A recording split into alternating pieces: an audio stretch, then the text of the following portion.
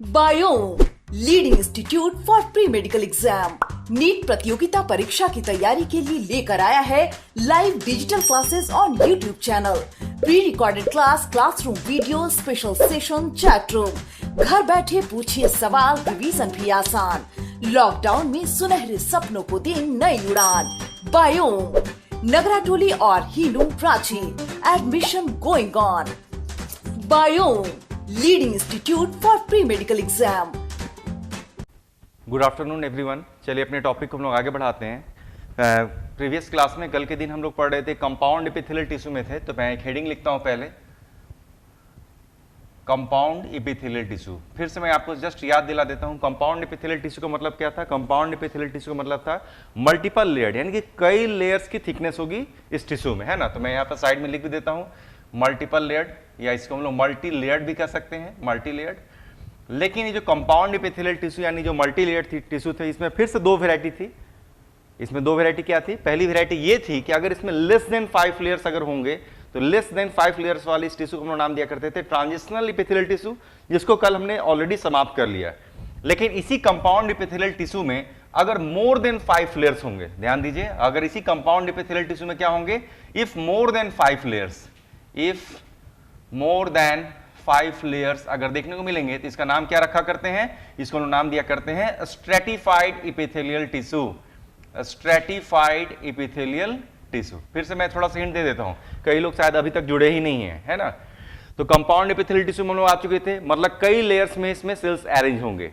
लेकिन फिर से दो शर्त थी, अगर 5 से कम लेयर्स होते थे तो कहते थे ट्रांजिशनल, जिसको कल ऑलरेडी हम लोग ने समाप्त किया। और अगर 5 से ज्यादा लेयर्स में अगर सेल्स अरेंज होते हैं तो उसे हम लोग क्या नाम देते हैं, उसे हम लोग कहा करते हैं स्ट्रेटिफाइड एपिथेलियल टिश्यू।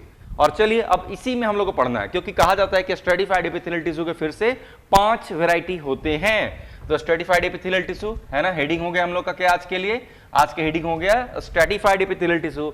और स्ट्रेटिफाइड एपिथेलियल टिश्यू में कितने वैरायटी होंगे, तो स्ट्रेटिफाइड एपिथेलियल टिश्यू में टोटल 5 वैरायटी होंगे। तो मैं एक काम करता हूं, पहले पांचों वैरायटी के नाम लिख लेता हूं, है ना, क्योंकि नाम रहेगा तभी तो समझाना आपके लिए आसान होगा। तो सबसे पहले वैरायटी का नाम यहां पर क्या रखेंगे, सबसे पहले वैरायटी जो हम लोग स्ट्रेटिफाइड, स्ट्रेटिफाइड मतलब मोर देन 5 लेयर्स। सबसे पहले वैरायटी का नाम रखेंगे हम लोग स्ट्रेटिफाइड, स्ट्रेटिफाइड कीरेटिनाइज्ड, कीरेटिनाइज्ड, इसी को कॉर्निफाइड भी कह सकते हैं, कीरेटिनाइज्ड और cornified compound epithelial tissue, CET. CET मतलब कंपाउंड एपिथेलियल टिश्यू को हम लोग छोटा में सीईटी लिखा करेंगे। ये होगी सबसे पहली वैरायटी। नाम क्या रखेंगे, इसका नाम रखेंगे स्ट्रेटिफाइड, कीरेटिनाइज्ड या कॉर्निफाइड। थोड़ा और इसमें बेहतर तरीके से इसको नाम लिख सकते हैं, अच्छा होगा अगर इसमें लोग स्क्वामस वर्ड भी जोड़ दें, है ना। चलिए मैं उसको भी जोड़ ही देता हूं, स्क्वामस, स्क्वामस, और फिर से कंपाउंड एपिथेलियल टिश्यू। नाम पर नहीं जाना, बहुत ही आसान सा होगा, जैसा नाम है वैसा ही इसका स्ट्रक्चर और इमेज हम लोग बनाते हुए नजर आएंगे। इसलिए इस नाम को अभी फिलहाल देखकर आपको शायद ये टेंशन फील हो सकता है कि कितने बड़े बड़े नाम हैं, लेकिन जब आप इसके स्ट्रक्चर को फील करेंगे तब आपको महसूस होगा कि जैसा स्ट्रक्चर था वैसा ही इसका नाम दिया गया था। चलिए फिलहाल मैंने एक नाम लिख रखा। दूसरे टिश्यू, इसी स्ट्रेटिफाइड की जो दूसरी वैरायटी होगी, इसका नाम क्या रखेंगे, चलिए पहले मैं नाम लिखता हूं। इसका नाम हम लोग रखेंगे स्ट्रेटिफाइड, इसका नाम रखेंगे स्ट्रेटिफाइड नॉन कीरेटिनाइज्ड, नॉन कीरेटिनाइज्ड, इसी को नॉन कॉर्निफाइड भी कहेंगे, नॉन कॉर्निफाइड भी इसी को कहेंगे। Squamous compound epithelial tissue, squamous compound epithelial tissue, ये दूसरे टिश्यू का नाम होगा, जिसको भी हम लोग यहां पर पढ़ते नजर आएंगे। इसी में जो तीसरी वैरायटी होगी उसका नाम मैं यहां पर लिखता हूं। तीसरी वैरायटी का नाम होगा स्ट्रेटिफाइड क्यूबॉइडल, इसका नाम होगा stratified cuboidal, cuboidal compound epithelial tissue. इसके अगला जो वैरायटी हम लोग पढ़ेंगे उसका नाम रखेंगे stratified columnar, stratified columnar compound epithelial tissue. और जो आखिरी वैरायटी होगी उसका नाम रखेंगे stratified, stratified ciliated columnar, stratified ciliated columnar compound epithelial tissue. चलिए अब मैं यहां सामने से हटता हूं, अब आपको ये पांचों नाम एक जगह दिख रहे होंगे। सबसे पहले तो मेरी आपसे रिक्वेस्ट है कि ये जो पांचों नाम आपको यहां पर बोर्ड पर नजर आ रहे हैं, आप इसका एक स्क्रीनशॉट लेकर रख लें, है ना, बाद में आपको काम आएगा ये, है ना। तो स्ट्रेटिफाइड हम लोग किसमें है, फिर से मैं रिपीट करता हूं, हम लोग मल्टीपल लेयर्ड पढ़ रहे हैं, मतलब कंपाउंड। लेकिन कंपाउंड मल्टीपल लेयर्ड में भी कितने लेयर्स पढ़ रहे हैं, मोर देन 5 लेयर्स पढ़ रहे हैं, उसे हम लोग कहते हैं स्ट्रेटिफाइड। लेकिन स्ट्रेटिफाइड मतलब अगर मोर देन 5 लेयर्स में अगर सेल्स अरेंज हैं तो इसमें भी 5 वैरायटी पॉसिबल है। पहले का नाम होगा स्ट्रेटिफाइड केराटिनाइज्ड या cornified squamous compound epithelial tissue. दूसरे का नाम होगा स्ट्रेटिफाइड नॉन केराटिनाइज्ड या non cornified squamous compound epithelial tissue. तीसरे का नाम होगा stratified cuboidal compound epithelial tissue. अगले का नाम होगा stratified columnar compound epithelial tissue और लास्ट का नाम होगा stratified chelated columnar compound epithelial tissue. भले आपको ये 5 अलग अलग टिश्यू अभी यहां पर पढ़ने हैं, लेकिन हमेशा ध्यान रखिए आपको सिर्फ इस सबसे पहले को ही समझने के लिए थोड़ा सा मेहनत करना है। सबसे पहले में जो नाम लिखा गया इसका नाम क्या है, स्ट्रेटिफाइड केराटिनाइज्ड या cornified squamous compound epithelial tissue. आपको सिर्फ इसको ही समझना है थोड़ा सा ध्यान देकर, क्योंकि अगर आप इसको समझ गए तो इसी के आधार पर 1 से 2 मिनट में ये कंप्लीट होगा, 1-2 मिनट में ये भी कंप्लीट होगा, 1-2 मिनट में ये भी कंप्लीट होगा और ऐसे ही 1-2 मिनट में ये भी कंप्लीट होगा। यानी जो वक्त आपको लगने वाला है आपको सिर्फ इस सबसे पहले वैरायटी को ही समझने में लगने वाला है। और इसी वैरायटी में अगर थोड़ा सा चेंज करेंगे तो ये बन जाएगा, थोड़ा सा चेंज करेंगे तो ये बन जाएगा, थोड़ा सा चेंज करेंगे तो ये बनेगा और थोड़ा सा चेंज करेंगे तो हम लोग लास्टली वहां तक चले आएंगे। तो चलिए, तनाव लेने की आवश्यकता नहीं है। मेरे पास यहाँ पे जगह की कमी है, ऑलरेडी आपने यहाँ पे एक स्क्रीनशॉट लेकर रख ही लिया होगा। जो सबसे पहले हम लोग किस पर आने वाले हैं, सबसे पहले हम लोग इसको मैं पूरी तरीके से मिटा देता हूं।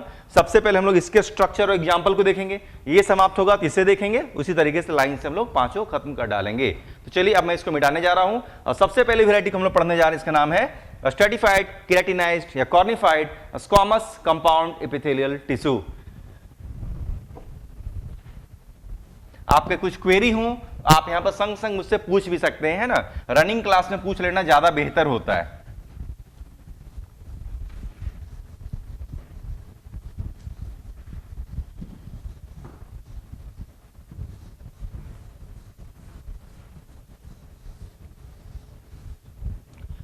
तो देखिए, सबसे पहले नाम को मैंने नहीं मिटाया, है ना। हम लोग किसको पढ़ने जा रहे हैं, हम लोग पढ़ने जा रहे हैं स्ट्रेटिफाइड केराटिनाइज्ड या cornified squamous compound epithelial tissue. सबसे पहला वैरायटी है, इसकी इमेज को हम लोग यहां पर बनाने जा रहे हैं। तो चलिए ध्यान देते हैं। यहां पर नीचे की तरफ बेसमेंट मेम्ब्रेन तो रखेंगे, क्योंकि कल भी मैंने आपको बताया था इकलौता टिश्यू एपिथेलियल टिश्यू जिसके पास बेसमेंट मेम्ब्रेन नहीं था उसका नाम था ट्रांजिशनल एपिथेलियल टिश्यू। तो जिसको कल हम लोग कंप्लीट कर ही चुके, यानी अभी जिसको हम लोग पढ़ने जा रहे हैं इसमें एक नीचे बेसमेंट मेम्ब्रेन होगा। तो चलिए मैं क्या करता हूं, नीचे एक बेसमेंट मेम्ब्रेन यहां पर बना लेता हूं। इस बेसमेंट मेम्ब्रेन के ऊपर क्या, ध्यान से सुनना है ना। 5 मिनट आप ध्यान से सुनेंगे तो मुझे लगता है कि सारे लाइंस क्लियर हो जाएंगे। फिर मैं आपके कुछ क्वेश्चंस ले लूंगा, हो सकता है कुछ आपको इसमें से क्वेश्चंस दिखे तो वो आप मुझसे पूछ सकते हैं। चलिए देखते हैं। तो मैंने क्या किया, नीचे की तरफ एक नॉन लिविंग बेसमेंट मेम्ब्रेन बना लिया। इसमें लाइफ नहीं है इसलिए क्या कहेंगे, नॉन लिविंग बेसमेंट मेम्ब्रेन कहेंगे। इस नॉन लिविंग बेसमेंट मेम्ब्रेन के ऊपर काफी लंबे लंबे सेल हैं। तो लंबे लंबे इस तरीके के सेल को हम लोग क्या नाम देते हैं, इस तरीके के सेल को हम लोग कॉलमनर सेल्स कहा करते हैं। लंबाई ज्यादा है चौड़ाई कम, इस तरीके के सेल्स को हम लोग कॉलमनर सेल्स कहा करते हैं। ऑब्वियसली अगर लंबे लंबे कॉलमनर सेल्स है तो न्यूक्लियस किधर होगा, न्यूक्लियस नीचे की तरफ होगा, लॉन्गिट्यूडनल ओवल होगा। तो क्या कह सकते हैं, इसमें सभी में न्यूक्लियस कैसा दिख रहा है, लॉन्गिट्यूडनली ओवल, जैसा रूल है वैसा दिख रहा है, लॉन्गिट्यूडनली ओवल दिख रहा है, नियर द बेसमेंट मेम्ब्रेन दिख रहा है। तो चलिए सेल की फिलहाल ये जो एक सिंगल लेयर आपको दिख रही है, पहले इसका कुछ नामकरण करते हैं। सेल की जो सिंगल लेयर दिख रही है ना, इसको हम लोग क्या कहते हैं, इसको 2 नाम देंगे। चलिए मैं नाम यहां पर साइड में लिखता हूं। सेल के इस लेयर का नाम रखेंगे स्ट्रैटम जर्मिनेटिवम, इसका नाम रखेंगे स्ट्रैटम जर्मिनेटिवम। इसी को स्ट्रैटम मालपीगी भी कहेंगे, इसी को स्ट्रैटम मालपीगी भी नाम देंगे। तो सेल की फिलहाल जो लेयर आपको दिख रही है इसके 2 नाम है, स्ट्रैटम जर्मिनेटिवम भी और स्ट्रैटम मालपीगी भी। तो पहला क्वेश्चन उठता है कि आखिर ऐसा नाम क्यों पड़ा होगा।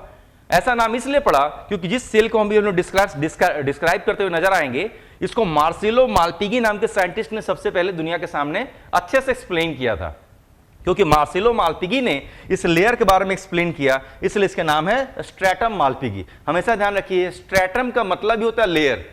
पूरे मेडिकल साइंस में कहीं भी आपको अगर स्ट्रैटम मिले तो स्ट्रैटम का मतलब होता है लेयर। यानी कि हम लोग एक ऐसे लेयर को पढ़ने जा रहे हैं जिसके बारे में डिस्कस किसने किया था, मार्सेलो मालपीगी ने बेहतरीन डिस्कस किया, इसलिए नाम पड़ा स्ट्रैटम मालपीगी। लेकिन इसी लेयर का एक और नाम आप देख रहे होंगे, इसी लेयर का एक और नाम पड़ा स्ट्रैटम जर्मिनेटिवम। फिर से स्ट्रैटम जर्मिनेटिवम नाम क्यों पड़ा, क्योंकि स्ट्रैटम का मतलब होता है लेयर और जर्मिनेटिवम का मतलब होता है जर्मिनेट करना। जर्मिनेट करना मतलब डिवाइड करके नए सेल्स बनाना। यानी जिस लेयर को हम लोग यहां पर पढ़ रहे हैं ना, ये वो सेल्स होंगे जो कि जिंदगी भर डिवाइड करने की क्षमता रखेंगे। क्योंकि ये जिंदगी भर डिवाइड करने की क्षमता रखेंगे और नए नए सेल्स बनेंगे, यानी नए नए सेल्स क्या होंगे, जर्मिनेट करेंगे, जनरेट होंगे, इसलिए इसका नाम पड़ेगा स्ट्रैटम जर्मिनेटिवम। रूल हो गया सिंपल। आखिर बेसमेंट मेम्ब्रेन के नीचे क्या रहता है, तो पहले भी मैं आपको समझा चुका हूं कि बेसमेंट मेम्ब्रेन के नीचे क्या होता है। तो बेसमेंट मेम्ब्रेन के नीचे जो कनेक्टिव टिश्यू होता है जो कि हाईली वेस्कुलर होता है, क्योंकि आप जानते हैं एपिथेलियल टिश्यू को ब्लड सप्लाई नहीं होगी, यानी यहां पे जो भी ड्रॉ करेंगे इसको ब्लड सप्लाई नहीं होगी। और इसकी जिंदगी किसके ऊपर निर्भर है, इसकी जिंदगी बेसमेंट मेम्ब्रेन के भी नीचे मौजूद कनेक्टिव टिश्यू के ऊपर निर्भर है, क्योंकि कनेक्टिव टिश्यू सबसे ज्यादा ब्लड सप्लाई वाले टिश्यू होते हैं। तो चलिए अब देखते हैं इस लेयर को क्या करना है। रूल कहता है कि इस लेयर को क्या करना है, जर्मिनेट करना है, मतलब डिवाइड करना। यानी कि ये जो भी सेल्स के लेयर दिख रही हैं ये ऑलवेज क्या कर रहे होंगे, डिवाइड करेंगे। डिवाइड करेंगे तो नए नए सेल्स आएंगे, यही ना होगा। तो कहा जाता है कि जो सेल्स के लेयर है क्या करेंगे, ऑलवेज डिवाइड करेंगे, नतीजा नीचे से नए नए सेल्स आते जाएंगे। नीचे से क्या होंगे, नए नए सेल्स बढ़ते चले जाएंगे और जो पुराने सेल्स होंगे ना धीरे धीरे ऊपर ढकेले जाएंगे। इमेजिन कीजिए कि हमेशा नीचे से नए सेल्स जुड़ जाएंगे, तो ऊपर वाले जो पहले के सेल वो क्या होंगे, थोड़े से ऊपर चले जाएंगे, फिर से नीचे से नए सेल आ जाएंगे डिवाइड करने की वजह से, तो और जो पुराने सेल होंगे थोड़े और ऊपर चले जाएंगे और एक घटना को अंजाम देंगे। नतीजा सोचिए कि क्या होगा, यानी नीचे से नए नए सेल जुड़ते चले जाएंगे या पुराने सेल ऊपर की तरफ ढकेलते चले जाएंगे। तो चलिए देखते हैं क्या होगा। तो देखिए नीचे से नए सेल आ रहे होंगे, पुराने सेल धीरे धीरे ऊपर की तरफ बढ़ते चले जाएंगे, लेकिन जब पुराने सेल ऊपर की तरफ बढ़ते चले जाएंगे तो अपनी लंबाई को मेंटेन नहीं कर पाएंगे। ये देखिए धीरे धीरे कैसे हो गए, छोटे हो गए, क्यूब लाइक दिखने लगे।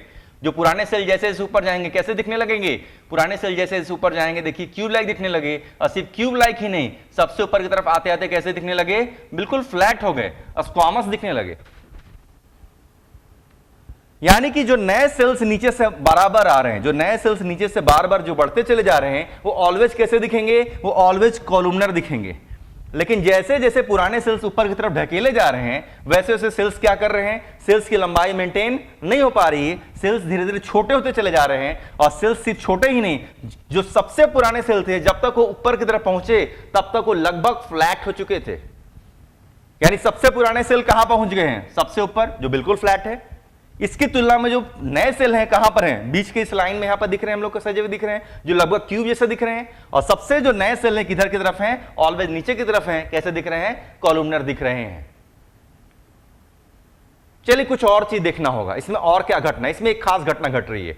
तो क्या इस बीच के जितने हिस्से को देख रहे हैं, सबसे नीचे के लेयर का नाम हमने क्या दिया, तो सबसे नीचे की इस लेयर का नाम हमने दिया हुआ है स्ट्रैटम जर्मिनेटिवम या स्ट्रैटम मालपिगी। लेकिन बीच के इतने दूर की जो सेल्स आपको दिख रहे हैं, क्या इतने दूर के सेल्स में परिवर्तन हो रहा है, हाँ इतने दूर के सेल्स में परिवर्तन हो रहा है। कौन सा परिवर्तन फिलहाल आपको दिख रहा है, एक ही परिवर्तन आपको दिख रहा है कि सेल्स अपनी लंबाई को मेंटेन नहीं, लेकिन परिवर्तन तो हो रहा है। और परिवर्तन के लिए क्या शब्द होता है, ट्रांजिशन। कल भी हम लोग सीखे थे ट्रांजिशन, धीरे धीरे होने वाले परिवर्तन को ट्रांजिशन कहते हैं। मतलब सेल्स में ये जो बीच में जो सेल्स के लेयर है इसमें परिवर्तन हो रहे हैं, धीरे धीरे परिवर्तन हो रहे हैं, साइज में कमी आ रही है, यानी बदलाव हो रहा है, यानी ट्रांजिशन हो रहा है। इसलिए इस जगह को क्या कहते हैं, इतने दूर के हिस्से को हम लोग नाम देते हैं ट्रांजिशनल जोन। ध्यान दीजिए, इसका नाम है ट्रांजिशनल जोन। और कल हम लोग पढ़े थे ट्रांजिशनल एपिथेलियल टिश्यू, दोनों में अंतर है। वो एक टिश्यू था एपिथेलियल टिश्यू, और इस एरिया का नाम पड़ा ट्रांजिशनल जोन। तो ट्रांजिशनल जोन किसे कहेंगे, ट्रांजिशनल जोन उसे कहेंगे जहां पर सेल्स में कुछ परिवर्तन हो रहे हैं। तो सवाल उठता है क्या परिवर्तन हो रहे हैं, तो पहला परिवर्तन दिख रहा है कि सेल्स की साइज छोटी होती चली जा रही है और सेल्स छोटे छोटे क्यूब लाइक दिख रहे हैं। लेकिन क्या सिर्फ यही एक परिवर्तन हो रहा है, जवाब है नहीं, इसमें एक और परिवर्तन हो रहा है। जैसे जैसे सेल्स यहां पर पुराने होते चले जा रहे हैं ना, उसके अंदर साइटोप्लाज्म, आप तो जानते हैं सेल के अंदर साइटोप्लाज्म होता है। जो सबसे नीचे में जो स्ट्रैटम जर्मिनेटिवम में स्ट्रैटम मालपिगी थे ना, इसमें साइटोप्लाज्म बिल्कुल ठीक ठाक थे, जैसे होते हैं साइटोप्लाज्म वैसे थे। लेकिन जैसे जैसे सेल्स पुराने सेल्स ऊपर की तरफ ढकेले जा रहे हैं ना, वैसे वैसे सेल्स की साइज तो छोटी हो ही रही है, लेकिन संग संग उसके अंदर जो साइटोप्लाज्म है वो भी डैमेज होने लगा। संग संग क्या हो रहा है, इनके अंदर के साइटोप्लाज्म में भी कुछ डैमेज होने लगा, कुछ चेंज होने लगा, और नतीजा इनके अंदर एक खास तरीके का प्रोटीन जनरेट होने लगेगा।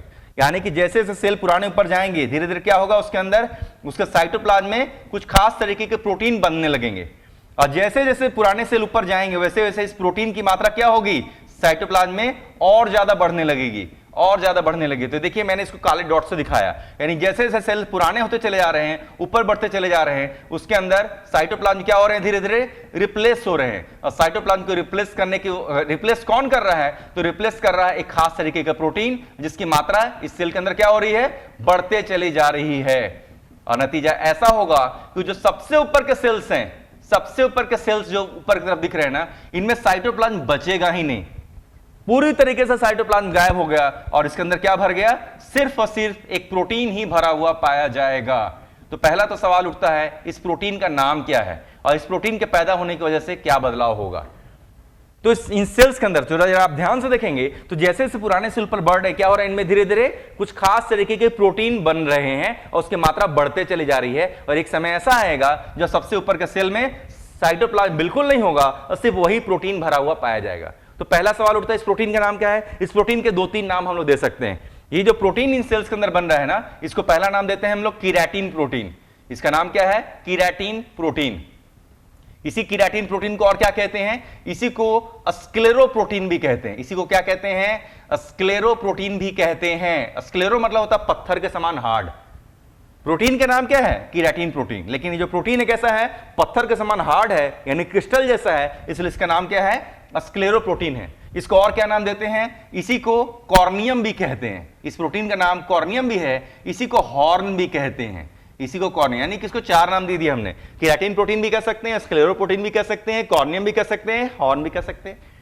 यानी धीरे धीरे इन सेल्स के अंदर साइटोप्लाज्म क्या हो रहे थे, रिप्लेस हो रहे थे। कौन से प्रोटीन से रिप्लेस हो रहे थे, कीरेटिन प्रोटीन से रिप्लेस हो रहे थे। और इस प्रोटीन से रिप्लेस होने की वजह से एक समय ऐसा आया जब सेल्स के अंदर सिर्फ यही प्रोटीन बच गए, साइटोप्लाज्म रहा ही नहीं। क्योंकि साइटोप्लाज्म रहा ही नहीं तो सेल की क्या हो गई है, मौत हो गई।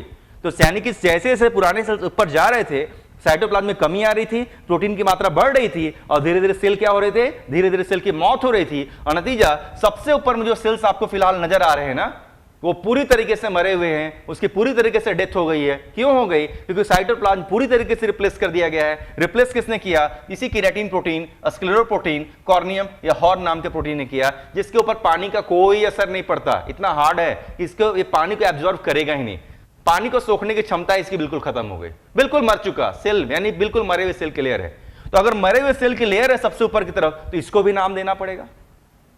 सबसे ऊपर की जो सिंगल जो सेल की लेयर दिख रही है ना, इस जो कि बिल्कुल मौत हो चुकी है, इसको हम लोग नाम देंगे स्ट्रैटम कॉर्नियम। यानी कि सबसे ऊपर की जो सेल की लेयर दिख रही है, इसको भी नामकरण देने की बारी आ गई। इसका नाम देंगे स्ट्रैटम कॉर्नियम, स्ट्रैटम कॉर्नियम। यानी कि कुल मिलाकर देखा जाए तो इस टिश्यू में आपको कितने तरीके के सेल्स नजर आ रहे हैं।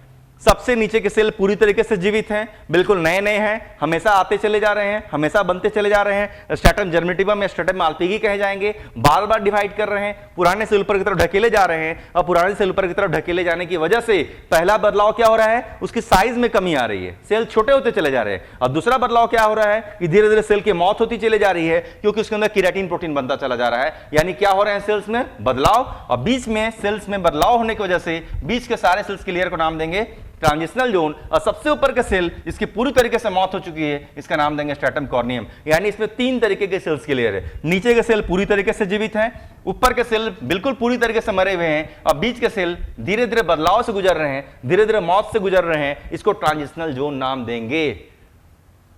और इसी टिश्यू का नाम पड़ा, अब देखिए नाम का जरा कमाल सीखते हैं। इस टिश्यू का नाम क्या पड़ा, stratified keratinised cornified squamous compound epithelial tissue. नामकरण कैसे होता है जरा ध्यान से सुनिए। पहला तो कंपाउंड एपिथेलियल टिश्यू क्यों कहते हैं आप तो जानते हैं, क्योंकि मल्टीपल लेयर्ड होंगे तो क्या नाम देंगे, कंपाउंड एपिथेलियल टिश्यू। तो इसमें नाम में कंपाउंड एपिथेलियल टिश्यू क्यों होता आप समझ गए, मल्टीपल लेयर्ड है।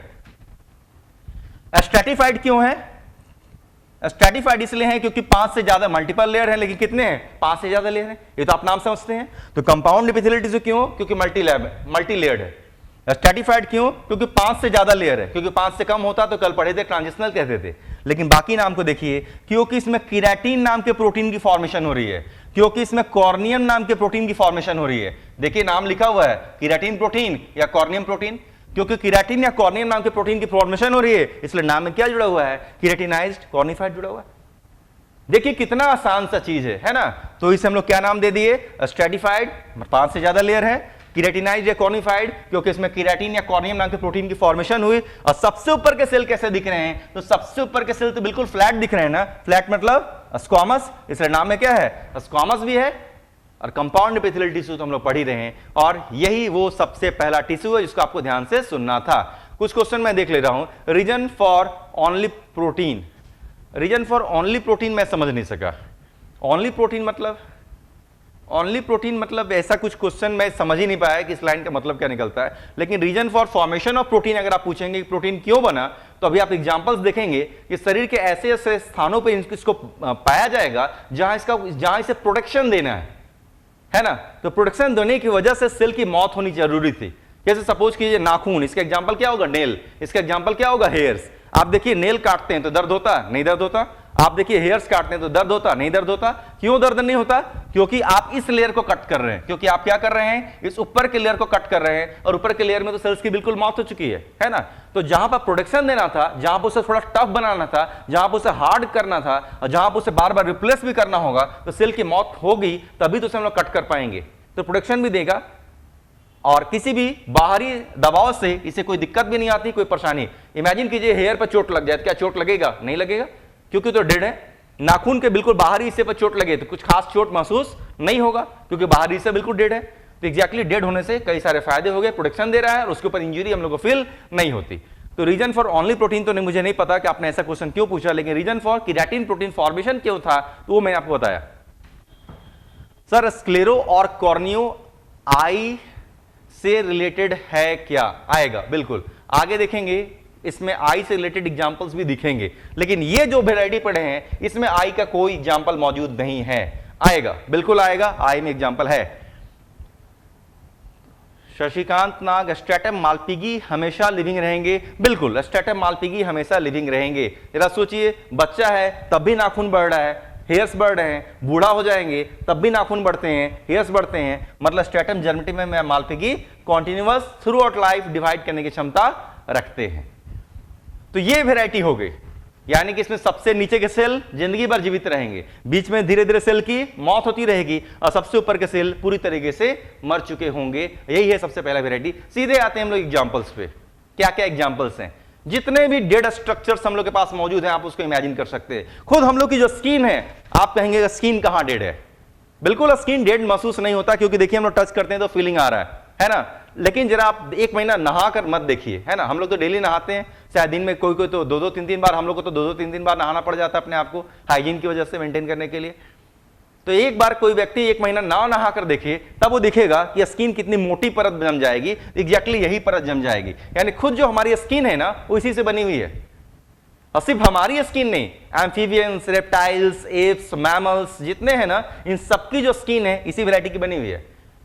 तो एम्फीबियंस, रेप्टाइल्स, एप्स और मैमल्स को हम लोग क्या कहते हैं, इसे हम लोग कहते हैं, एग्जैक्टली कहा जाता है इसे हम लोग टेट्रापॉड्स भी कहते हैं। टेट्रापॉड्स मतलब जिसके पास 4 पैर हों।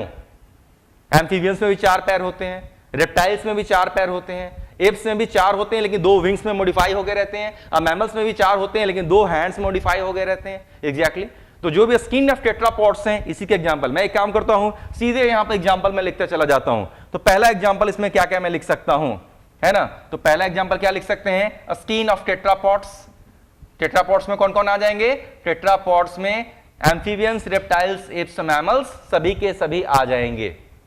और क्या क्या अपने ही शरीर में देख लीजिए, अभी जस्ट मैंने बताया नेल है, हेयर्स है ना। तो इसमें नेल लिख सकता हूं मैं यहां पर, और क्या लिख सकता हूं, हेयर्स यहां पर लिख सकता हूं। बर्ड्स में अगर आप देखेंगे तो बर्ड्स के पास जो फीदर्स होते हैं, जो पंख होते हैं, जो फीदर्स देखिए स्किन से हट भी जाते हैं तो उससे दिक्कत नहीं होती। तो बर्ड्स के पास और क्या होते हैं, फीदर्स, इसी से बने होते हैं। बर्ड्स के जो पंजे होते हैं जिस पर वो चलते हैं, क्लॉज, है ना। तो बर्ड्स के जो क्लॉज हैं वो भी डेड हैं, इसी चीज के बने होते हैं। मछलियों में अगर आप स्केल्स देखेंगे, उसकी जो चोइयां स्केल्स होते हैं वो भी इसी के होते हैं। तो स्केल्स लिख सकता हूं मैं, स्केल्स मछलियों में भी होते हैं, रेप्टाइल्स में भी होते हैं। तो scales of fishes and reptiles, fishes and reptiles दोनों यहां पर मैं यहां पर लिख सकता हूं। और क्या क्या हो सकते हैं, सोचना होगा। हाँ, जानवरों में चलिए देखते हैं। जानवरों के पास क्या होते हैं, हॉर्न होते हैं, सिंग, उसके पैर के खुर होते हैं जिस पर वो चलते हैं, हूफ। तो जानवरों में अगर देखा जाए तो उनके जो सिंग है, हॉर्न, और पैर जिस पे वो चलते हैं, जैसे हम लोग खुर भी कहते हैं, उसे इंग्लिश में क्या कहते हैं, हूफ कहते हैं। तो हॉर्न, हूफ। देखिए कितने एग्जाम्पल हो गए। सारे टेट्रापॉड्स का स्किन हो गए, हम लोग के पास नेल्स हैं, हेयर्स हैं, पक्षियों के पास फीदर्स हैं, क्लॉज हैं, मछलियों और रेप्टाइल्स के पास स्केल्स हैं, अगर देखा जाए तो हॉर्न और हूफ जानवरों में हैं। ये सारे के सारे क्या हैं? सारे के सारे डेड स्ट्रक्चर्स हैं, और सारे डेड स्ट्रक्चर्स इसी टिश्यू से बने होते हैं। That's all. अगर आपने इसको समझ लिया तो बाकी टिश्यू आपको चार और एग्जाम्पल पढ़ने हैं ना, बिल्कुल आसान है।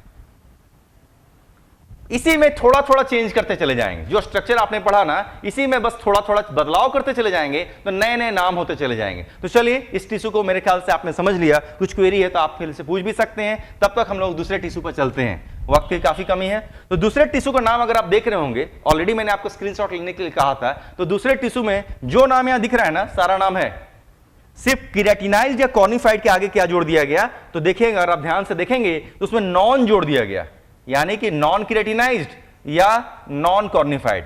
यानी जो सेकंड नाम मैंने लिखा था सब कुछ, बस उसका नाम क्या हो गया था, इसमें हम लोग नाम कह रहे थे स्ट्रेटिफाइड केराटिनाइज्ड या कॉर्निफाइड, तो सेकंड वाले टिश्यू का नाम कह रहे हैं हम लोग स्ट्रेटिफाइड नॉन केराटिनाइज्ड या नॉन कॉर्निफाइड। जो सेकंड वैरायटी का नाम है नॉन केराटिनाइज्ड या नॉन कॉर्निफाइड। बाकी सब कुछ सेम है, स्क्वामस कंपाउंड एपिथेलियल टिश्यू। क्या करेंगे खुद सोचिए, इमेज तो मैं तत्काल बना दूंगा, जरा सोचिए क्या करेंगे।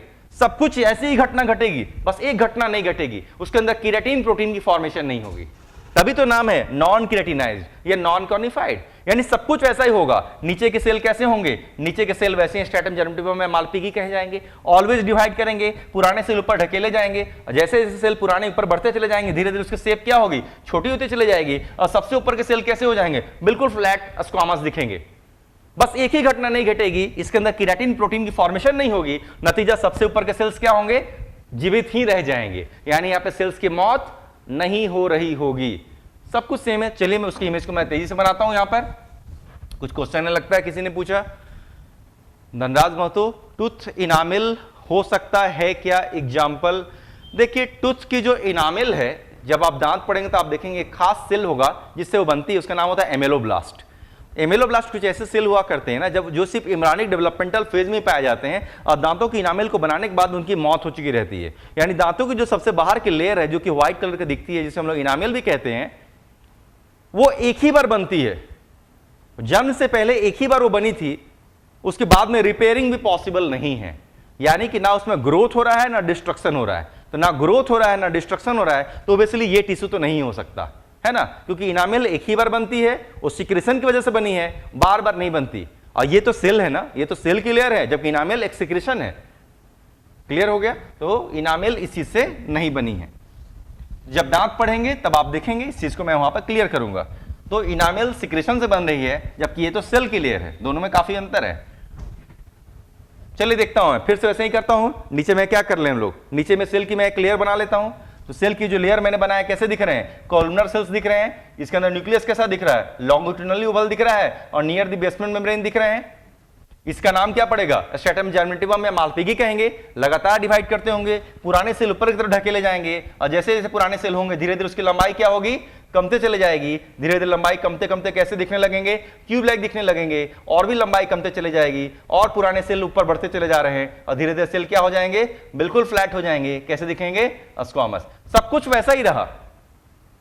नीचे की सेल के लेयर का नाम अभी भी क्या है, स्ट्रैटम जर्मेटिवम में मालपीगी है, क्योंकि कॉन्टिन्यूअसली डिवाइड कर रहा है। बीच के जो सेल्स हैं, इसकी लेयर को अभी भी क्या कहेंगे, अभी भी ट्रांजिशनल जोन ही कहेंगे, क्योंकि परिवर्तन तो अभी भी हो ही रहा है।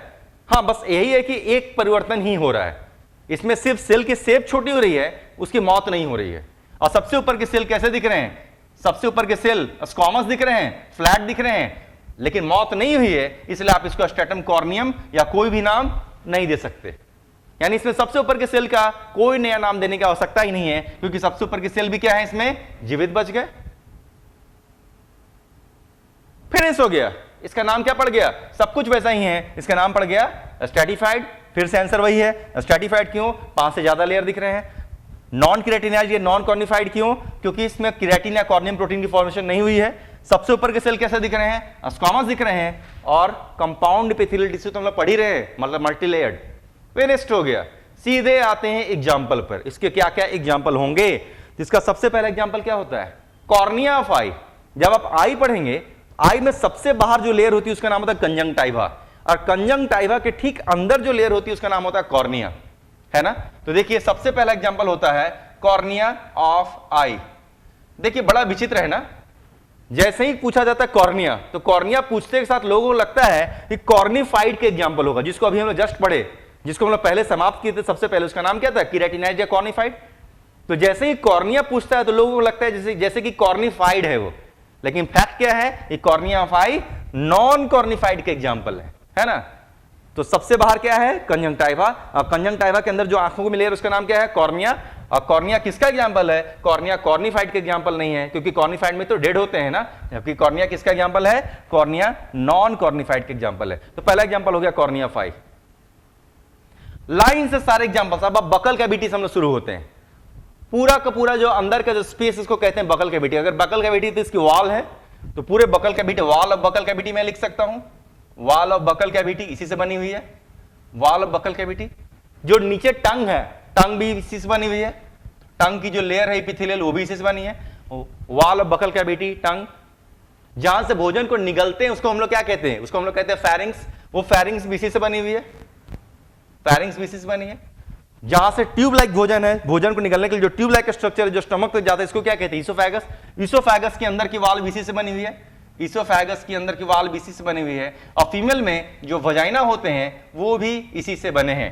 तो जरा सोचिए कितने सारे एग्जांपल्स हो गए, cornea of I, buccal cavity से लाइन से आप चल सकते हैं, बकल कैविटी, टंग, फेरिंग्स, ईसोफेगस, और फीमेल्स में क्या है, वजाइना, ये सारे इसी लेयर से बने हुए हैं। तो आखिर क्या जरूरत थी ये इतने सारे स्ट्रक्चर्स को इस लेयर से बनाने की, इतने मोटे, इतने ज्यादा बनाने की? फ्रिक्शन हो रहे है ना, जिंदगी भर हम लोग भोजन खाते रहते हैं, गर्म ठंडा हर चीज खाते हैं, तो बकल कैविटी में क्या हो रहा है, फ्रिक्शन। टंग पे क्या हो रहा है, फ्रिक्शन। फेरिंग्स में क्या हो रहा है, फ्रिक्शन। ईसोफेगस में क्या हो रहा है, फ्रिक्शन। वजाइना में भी क्या होता है, फ्रिक्शन। तो फ्रिक्शन यहां भी यहां पर होते हैं ना, तो फ्रिक्शन की वजह से क्या होते होंगे, ज्यादा ज्यादा ऊपरी लेयर डैमेज हो जाते होंगे। इमेजिन कीजिए अगर ये सारे स्ट्रक्चर अगर एक ही लेयर के होते तो पूरी तरीके से डैमेज हो जाते, और नतीजा मल्टीपल लेयर के होने की वजह से अगर फ्रिक्शन हो रहा है तो डैमेज होते भी होंगे, तो ज्यादा से ज्यादा क्या होते होंगे, ऊपर के लेयर डैमेज होते होंगे, और फिर से नए सेल आते होंगे और पुराने सेल ऊपर चले आते होंगे, रिपेयरिंग हो जाती होगी। तो ये सारे एग्जांपल्स इसके हैं। राजेश कुमार ने कुछ क्वेश्चन पूछा, सर इसमें डेड सेल नहीं होगा? नहीं, इसमें डेड सेल नहीं होगा, इसमें डेड सेल्स नहीं होंगे। लेकिन फिर आपको दिमाग में ये लग सकता है कि अगर सबसे ऊपर के सेल्स अगर डेड नहीं है तो अगर फ्रिक्शन होगा तो दर्द होना चाहिए था। दर्द नहीं होता, क्यों नहीं होता, क्योंकि इसमें न्यूरॉन्स नहीं है ना। तो सबसे ऊपर के सेल्स में न्यूरॉन्स जैसे कुछ खास स्ट्रक्चर देखने को नहीं मिल रहे, इसलिए दर्द नहीं होगा। लेकिन हाँ, फील जरूर होगा, ऐसा नहीं कि एहसास नहीं होगा, बिल्कुल न्यूरॉन्स नहीं है ऐसा नहीं, सेंसर्स हैं, रिसेप्टर्स हैं, न्यूरॉन्स नहीं है। तो रिसेप्टर है इसलिए फीलिंग जरूर होगा कि कुछ हो रहा है, लेकिन दर्द नहीं होगा क्योंकि न्यूरॉन्स वहां से कैरी ऑन नहीं करते। तो इसमें डेड सेल नहीं होगा। चलिए, तो सेकंड वैरायटी हम लोग पढ़ रहे थे, नाम क्या था, स्ट्रैटिफाइड, नॉन क्रेटिनाइज्ड या नॉन कॉर्निफाइड। सीधे आते हैं तीसरे वैरायटी पर, सीधे आते हैं तीसरे वैरायटी पर। तो तीसरे वैरायटी का नाम ऑलरेडी आपने स्क्रीनशॉट लेकर रख ही लिया था, मैं फिर से नाम लिख देता हूं। अब जिस वैरायटी को पढ़ने जा रहे हैं उसका नाम क्या है, स्ट्रैटिफाइड क्यूबॉइडल। आप देखेंगे यही नाम मिलेगा आपको, है ना, stratified cuboidal compound epithelial tissue. अब इसको हम लोग पढ़ने जा रहे हैं। फिर से सब कुछ ऐसा ही रखेंगे, बस अंतर यह होगा कि सबसे ऊपर के सेल कैसे दिखेंगे, कीरेटिनाइज में सबसे ऊपर के सेल कैसे दिख रहे थे, स्क्वामस। नॉन कीरेटिनाइज में भी सबसे ऊपर के सेल कैसे दिख रहे थे, स्क्वामस। लेकिन इसमें सबसे ऊपर के सेल कैसे दिखेंगे, क्यूबॉइडल दिखेंगे। तो चलिए इसको बनाते हैं तेजी से, तेजी से इसको मैं बनाता हूं, मिटा रहा हूं यहां पर। फिर से आगे, सबसे नीचे में क्या देखेंगे, बेसमेंट मेम्ब्रेन। बेसमेंट मेम्ब्रेन के ऊपर क्या होगा, कॉलमनर सेल्स होंगे। कॉलमनर सेल्स होंगे तो न्यूक्लियस कैसा होगा, लॉन्गिट्यूडिनली ओवल होगा, नियर द बेसमेंट मेम्ब्रेन होगा। ये क्या करेंगे, ऑलवेज डिवाइड करेंगे। डिवाइड करके क्या होंगे, पुराने सेल पर ढके ले जाएंगे, और जैसे जैसे सेल पुराने जाएंगे धीरे धीरे उसकी हाइट क्या होगी, कमते चले जाएगी, छोटी होते चले जाएगी, लेकिन बहुत ज्यादा छोटी नहीं होगी। नतीजा बीच के सारे सेल कैसे दिखेंगे, क्यूबॉइडल, और ऊपर के भी सेल कैसे दिखेंगे, अभी भी क्यूबॉइडल ही दिख रहे हैं। यानी कि इसमें नीचे में कॉलमनर थे, बीच में जैसे जैसे आते चले गए क्यूबॉइडल, और सबसे ऊपर के सेल भी कैसे रह गए, अभी भी क्यूबॉइडल ही रह गए। नाम क्या पड़ गया, stratified cuboidal compound epithelial tissue. Stratified क्यों, क्योंकि 5 से ज्यादा लेयर है। क्यूबॉइडल क्यों, क्योंकि सबसे ऊपर वाले क्यूब लाइक दिख रहे हैं, और कंपाउंड एपिथेलियल टिश्यू तो हम लोग पढ़ ही रहे हैं। तो क्या इसमें सबसे नीचे की जो लेयर दिख रही है, क्या इसको स्ट्रैटम जेनिटिव हम कहेंगे, बिल्कुल कहेंगे, क्योंकि लगातार डिवाइड कर रहा है। क्या इसमें सारे के सारे जो भी सेल्स की लेयर यहां पे दिख रही है, क्या इसको ट्रांजिशनल जोन कहेंगे? बिल्कुल कह सकते हैं, क्योंकि आखिर बदलाव तो हुआ है ना। क्या बदलाव हुआ है? शेप का कुछ तो बदलाव हुआ है। कॉलमनर की जगह कैसे दिख रहे हैं? क्यूबॉइडल दिखने लगे, थोड़ा सा तो बदलाव हुआ, ट्रांजिशन हुआ, इसलिए ट्रांजिशनल जोन अभी भी कहेंगे। दैट्स ऑल, फिनिश्ड हो गया। सीधे एग्जांपल पर आते हैं। इसके एग्जांपल क्या होगा? आंखों में सबसे बाहर की लेयर क्या होती है? कंजंक्टिवा। वो इसका एग्जांपल है ना। आंखों में सबसे बाहर की लेयर क्या है? कंजंक्टिवा। वो कंजंक्टिवा इसी से बना हुआ है। फीमेल में जो यूरेथ्रा, यूरिन के निकलने का जो रास्ता जो फीमेल में, उसे क्या कहते हैं? यूरेथ्रा। तो फीमेल यूरेथ्रा इसी से बना है। फीमेल यूरेथ्रा इसी से बना। अब आप कहेंगे मेल यूरेथ्रा क्यों नहीं? मेल यूरेथ्रा इसके बाद आएगा एग्जांपल, लेकिन इसमें नहीं है। चलिए देखते हैं कैसे। तो पहला इस टिश्यू में क्या, कहां का टिश्यू पाया जाएंगे? तो कंजंक्टिवा में पाया जाएंगे। फीमेल के यूरेथ्रा का निर्माण इसी ने किया। दोनों जगह क्या होना है? फ्रिक्शन, इसलिए मल्टीपल लेयर किसको बनाना काफी जरूरी था।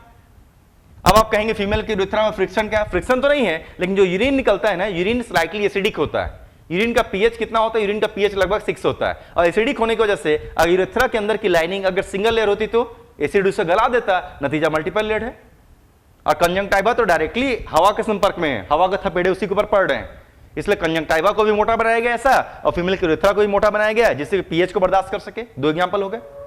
एक और एग्जांपल होगा डक्ट ऑफ ग्लैंड्स। हमारे शरीर के बहुत अंदर कई सारे ग्लैंड्स आप जानते हैं, लीवर है, पैनक्रियाज है, कई सारे ग्लैंड हैं। लेकिन ग्लैंड्स के जो डक्ट होते हैं, जहां से इनकी सिक्रेशन बाहर निकलती है ना, वो भी इसी टिश्यू से बनाया जाता है। अब फिर से सेम क्वेश्चन पूछेंगे, जो ग्लैंड्स के डक्ट है आखिर इतने मोटे बनाने की आवश्यकता क्या है? सेम हालचाल, जो ग्लैंड सिक्रेशन किया करते हैं वो क्या होते हैं? या तो एसिडिक हो जाते हैं या अल्कलाइन रहते हैं। बहुत ज्यादा जगह तो अल्कलाइन है, और अल्कलाइन होने की वजह से ग्लैंड के डक्ट्स अगर एक लेयर के बनाए जाते तो गल जाते। नतीजा ग्लैंड के जो डक्ट्स है वो भी इसी टिश्यू से, मोटे से टिश्यू बनाए गए, जिससे जब एल्कली सिक्रेशन वहां से निकला करें तो ग्लैंड के सिक्रेशन निकलने की वजह से उसके डक्ट ना गल जाए। तो चलिए एक और एग्जांपल मैं लिख देता हूं, वो क्या होगा? Duct of glands. Duct of glands, एक एग्जांपल और यहां पर नजर आ रहा है। यही 3 एग्जांपल काफी है आपके लिए।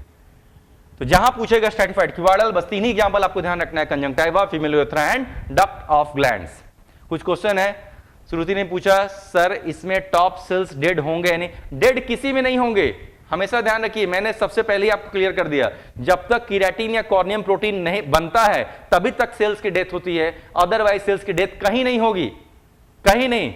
सिर्फ सबसे पहला वैरायटी था जिसका नाम कीरेटिनाइज्ड या कॉर्निफाइड था, उसी में सेल की मौत हो रही थी। उसको छोड़कर बाकी जो भी 4 वैरायटी हम लोग पढ़ रहे हैं ना, उसमें किसी में सेल की मौत नहीं हो रही है, सभी अलाइव हैं यहाँ पे। बस यही है कि 5 से ज्यादा लेयर की थिकनेस है ना, कुछ तो वेरिएशन होगा। ध्यान रखिएगा, सिर्फ कीरेटिनाइज्ड या कॉर्निफाइड की ही मौत हुई थी, उसी में डेड सेल्स से ऊपर में, बाकी किसी में भी डेड सेल्स कहीं नहीं देखने को मिलेंगे। धनराज महतो सर कंजंक्टिवा तो नॉन कीरेटिनाइज्ड का एग्जांपल है ना। आप यहां पढ़ने आए हैं, पढ़ाने आए हैं। धनराज जी को मैं यहां पर क्लियर करना चाहता हूं, कल भी मैंने शायद स्टूडेंट्स को ये चीज क्लियर किया था। आप इस क्लास में अगर बैठे तो ब्लैंक माइंड होकर बैठे, आपने किस किताब में कहां पर क्या पढ़ कर रखा है उससे मुझे कोई मैटर नहीं करता। कई लोग एलेन के पैकेज फॉलो करते हैं, कई लोग आकाश के पैकेज फॉलो करते हैं, कई लोग कई सारे और संस्थान के पैकेज फॉलो करते हैं, ज्यादातर लोग इंटरनेट फॉलो करते हैं, गूगल को सर्च करते हैं, विकिपीडिया पढ़ते हैं, उससे हम लोग की पढ़ाई नहीं हुई। बाय प्रोफेशन मैं डॉक्टर हूं, प्रैक्टिकली मैंने सारे चीजों को खुले आंखों से, अपने आंखों से देखा और अपने हाथों से सारे काम को किया है। आप इमेजिन भी नहीं कर सकते कि हम लोगों ने अपने लाइफ में क्या क्या पढ़ाई करके रखी हुई है। तो मैं डॉक्टर हूं, मैंने एमबीबीएस भी क्लियर किया हुआ है, एमडी भी क्लियर किया हुआ है, इंटरनल मेडिसिन, काफी कॉम्प्लिकेटेड केस मैं देखा करता हूं। तो आपको थोड़ा सा यहाँ पर इज्जत ऑनर देनी ही पड़ेगी आपको, क्योंकि प्रैक्टिकली आपने इसको कहीं से थ्योरी जुगाड़ किया होगा, वहां से रट लिया होगा, लेकिन प्रैक्टिकली मैंने सिर्फ थ्योरी नहीं बल्कि प्रैक्टिकली भी पढ़ाई करके रखी हुई है, इसलिए आपको यहाँ पर कोई कंफ्यूजन नहीं होना चाहिए। तो आप मेरे सामने जब भी बैठे तो बीइंग एक ब्लैंक एक स्टूडेंट होकर बैठे, आपको ज्यादा बेहतर महसूस होगा और तभी आप अच्छे से क्वालिफाई करेंगे, ये जानकर रखिएगा, है ना। तो आप मुझे बताएं नहीं, आप मुझसे सीखें, और अगर आपके दिमाग में कचरा है तो आप उसको फेंक दें साइड में। तो धनराज को मेरा सलाह है, सर कंजंक्टिवा तो नॉन कीरेटिनाइज्ड का एग्जांपल है ना, तो नॉन कीरेटिनाइज्ड के एग्जांपल में मैंने कॉर्निया बताया, और कंजंक्टिवा किसके एग्जांपल बताया? मैंने क्यूबॉइडल के एग्जांपल बताया। तो मैंने जिस एग्जांपल को जहां बताया आप उसको वहीं पर ध्यान रखें, यहां पर आपसे एरर हो रही है। तो मेरे फाइनली मैंने आपको एक सलाह दे डाली, पहले भी मैंने कल भी दिया था, आपने शायद उससे फॉलो नहीं किया था। तो चलिए हो गया यहां पर। तो अभी हम जिस वैरायटी को पढ़ रहे थे उसका नाम था क्या था? Stratified cuboidal. एग्जांपल क्या हो गए? Conjunctiva, female urethra and duct of glands. Non keratinised में कॉर्निया था और क्यूबॉइडल में कंजंक्टिवा आएंगे। That's all. मैं आगे बढ़ता हूं, अगले नाम पर आते हैं। बस नाम क्या चेंज करेंगे, स्ट्रेटिफाइड कीवार्डल था ना, स्ट्रेटिफाइड कीवार्डल को क्या कर देंगे, अब स्ट्रेटिफाइड कॉलमनर कर देंगे, स्ट्रेटिफाइड कॉलमनर कर देंगे। सब कुछ ऐसा ही रखेंगे, बस थोड़ा सा चेंज करना है। बार बार आपको मैंने पहले भी कहा था, सिर्फ सबसे पहले वैरायटी को आपको पढ़ने के लिए मेहनत करना है। चलिए बाकी वैरायटी पर आते हैं हम लोग, कॉलमनर पे आते हैं। फिर से एग्जांपल भी मैं यहां से मिटा रहा हूं।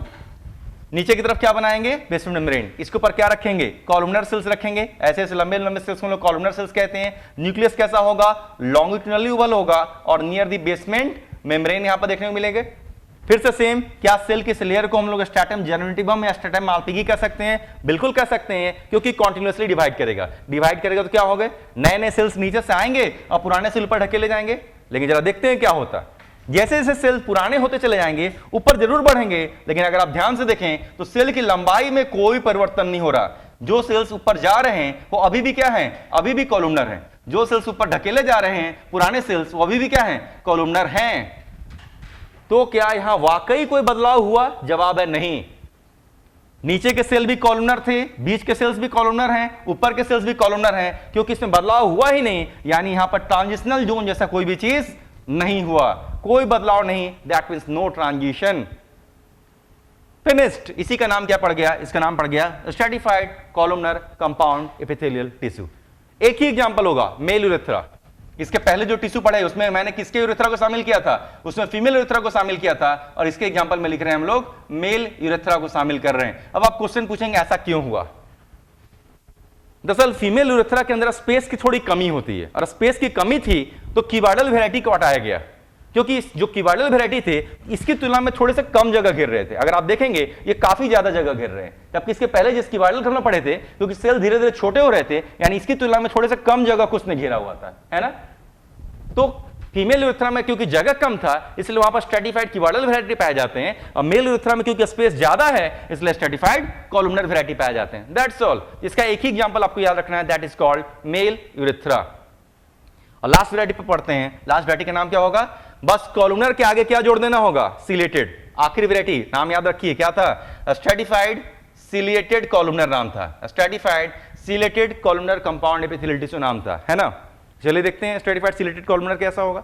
सब कुछ यही है, पांचवी और आखिरी वैरायटी पर आ गए, सब कुछ यही है, बस अंतर यह है कि सबसे ऊपर के जो कॉलमनर सेल्स इसमें क्या पाया जाएगा, सीलिया पाया जाएगा। सबसे ऊपर के जो कॉलमनर सेल्स इसमें क्या पाया जाएगा, सीलिया पाया जाएगा। तो नाम पड़ गया stratified chelated columnar compound epithelial tissue. फिर से सेम ऐसे ही, नीचे के लेयर को हम लोग क्या कहेंगे, स्ट्रैटिफाइड जेमिनेटिव में मालपिगी कहेंगे, कॉन्टिन्यूअसली डिवाइड करते होंगे, पुराने सेल ऊपर ढकेले जाएंगे, लेकिन उसके लंबाई में कोई परिवर्तन नहीं होगा। सारे सेल्स अभी भी कॉलमनर होंगे और सबसे ऊपर के कॉलमनर सेल्स में सीलिया भी पाया जाएगा। यानी एक काम ये और कर सकता है, क्या कर सकता है, कुछ मूवमेंट करा सकता है। यानी इसके ऊपर अगर कोई खास सब्सटेंस होगा तो उसको एक फिक्स डायरेक्शन मूव करा सकता है। कल भी मैंने आपको बताया था, क्योंकि सीलिया के पास कितने स्ट्रोक्स होते हैं, 2 स्ट्रोक होते हैं, एक को कहते हैं पावर स्ट्रोक, एक को कहते हैं रिकवरी स्ट्रोक। नतीजा किसी खास चीज को ढकेलने की क्षमता रखते हैं। चलिए मैं इसके पहले एग्जाम्पल को समाप्त करता हूं, फिर आपके क्वेश्चंस को लेता हूं। तो इसके एग्जाम्पल्स में क्या क्या लिखेंगे, लास्ट वैरायटी है। तो सबसे पहला वैरायटी था स्ट्रैटिफाइड केराटिनाइज्ड या कॉर्निफाइड, सेल की मौत हो गई थी सबसे ऊपर में। दूसरे का नाम था स्ट्रैटिफाइड नॉन केराटिनाइज्ड या नॉन कॉर्निफाइड, वहां से लेकर ये आखिरी वैरायटी तक आ गए, कहीं भी सेल की मौत नहीं हो रही है। इसका नाम पड़ा stratified chelated columnar compound epithelial tissue. Example क्या है, इसके 2 एग्जांपल हैं। इसका पहला एग्जांपल है लैरिंग्स, इसका पहला एग्जांपल लैरिंग्स और दूसरा एग्जांपल है सॉफ्ट पैलेट। 2 एग्जांपल हैं। लैरिंग्स इसे कहते हैं, है ना, वॉइस बॉक्स, जहां से सांस की नली, ट्रैकिया शुरुआत, ये ट्रैकिया है, सांस की नली है, और ट्रैकिया के सबसे ऊपरी हिस्से को, जहां पर इसकी शुरुआत होती है, चौड़ा सा हिस्सा होता है, इसको कहते हैं लैरिंग्स या वॉइस बॉक्स। तो लैरिंग्स या वॉइस बॉक्स की जो अंदर की जो वाल है, इसके अंदर की जो वाल है, इसी से टिश्यू से बनी है। क्यों, क्या फायदा होगा, सीलिया है ना। बाय द वे मान लेते हैं कि डस्ट पार्टिकल अंदर जाए, वैसे तो नोज के अंदर प्रोटेक्शन है, लेकिन जरूरी थोड़े कि सारे डस्ट पार्टिकल रुक जाएं। यानी अभी भी अगर डस्ट पार्टिकल अंदर जाने की कोशिश करे तो लैरिंग्स के वाल में जो सीलिया है क्या करेंगे, उसको रोकने की कोशिश करेंगे और वापस ढकेल कर निकालने की भी कोशिश करेंगे। तो देखिए लैरिंग्स में पाए जाने से फायदा हो गया। एक और चीज क्या है, सॉफ्ट पैलेट। सॉफ्ट पैलेट मतलब ऊपर का जो तालु, मुंह में ऊपर की तरफ, बकल कैविटी के अंदर ऊपर की तरफ जो पैलेट है, उसी को हिंदी में क्या कहते हैं, तालु कहते हैं। उसका जो अगला हिस्सा होता है हार्ड होता है, लेकिन जो पैलेट तालु के अगले हिस्से को अगर आप जीभ से, अगर आप टंग से टच करेंगे, दबाएंगे, तो देखिए आपको हार्ड महसूस होगा। लेकिन जो पिछला हिस्सा होता है ना, काफी मुलायम होता है, सॉफ्ट होता है, उसको हम लोग कहते हैं सॉफ्ट पैलेट। तो आप अपने टंग से पैलेट के पिछले हिस्से को आप हिलाने की कोशिश करेंगे ना, दबाने की कोशिश करेंगे ना, तो काफी मुलायम महसूस होगा, मतलब वो सॉफ्ट पैलेट है। तो आखिर पैलेट का जो पिछला हिस्सा है, इसको हम लोग सॉफ्ट पैलेट कहते हैं, उस जगह पर सीलिया का क्या काम है? क्योंकि तालू का अगला हिस्सा जिसको हम लोग हार्ड पैलेट कहते हैं, अगर वहां पर कोई भोजन चिपक जाए ना तो आराम से हम लोग हटा सकते हैं। कैसे? क्योंकि जीभ वहां पहुंचती है। जैसे मान लेते हैं तालू का अगला हिस्सा कैसा है? हार्ड। पैलेट का अगला हिस्सा कैसा है? हार्ड। अगर यहां कोई भोजन चिपक जाए तो हम लोग टंग से क्या करेंगे? हटा लेंगे।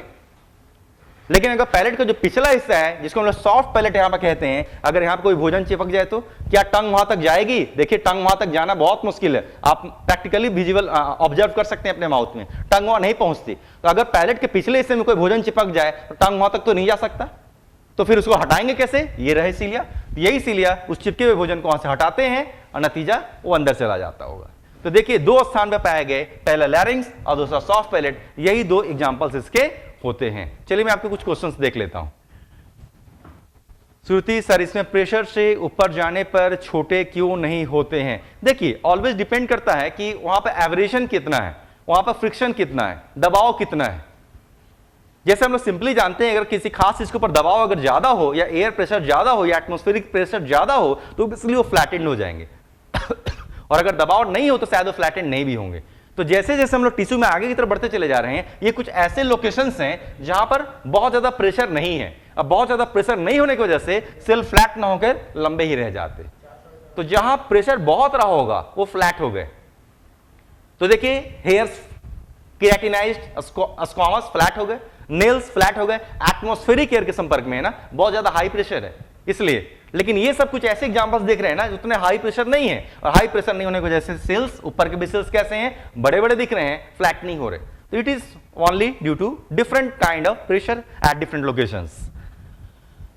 Rajesh Kumar sir, in this transitional zone occur, नहीं बेटा, इसमें ट्रांजिशनल जोन नहीं कह सकते, क्योंकि ट्रांजिशन का मतलब होता है बदलाव। तो बेहतर होगा, ऐसा नहीं कि इसमें बदलाव नहीं हो रहा। अगर बीच के क्षेत्र में देखेंगे बेटा इसमें कोई बदलाव, ट्रांजिशन नहीं हो रहा, लेकिन हाँ सबसे ऊपर के सेल में थोड़ा सा बदलाव सीलिया जरूर आया।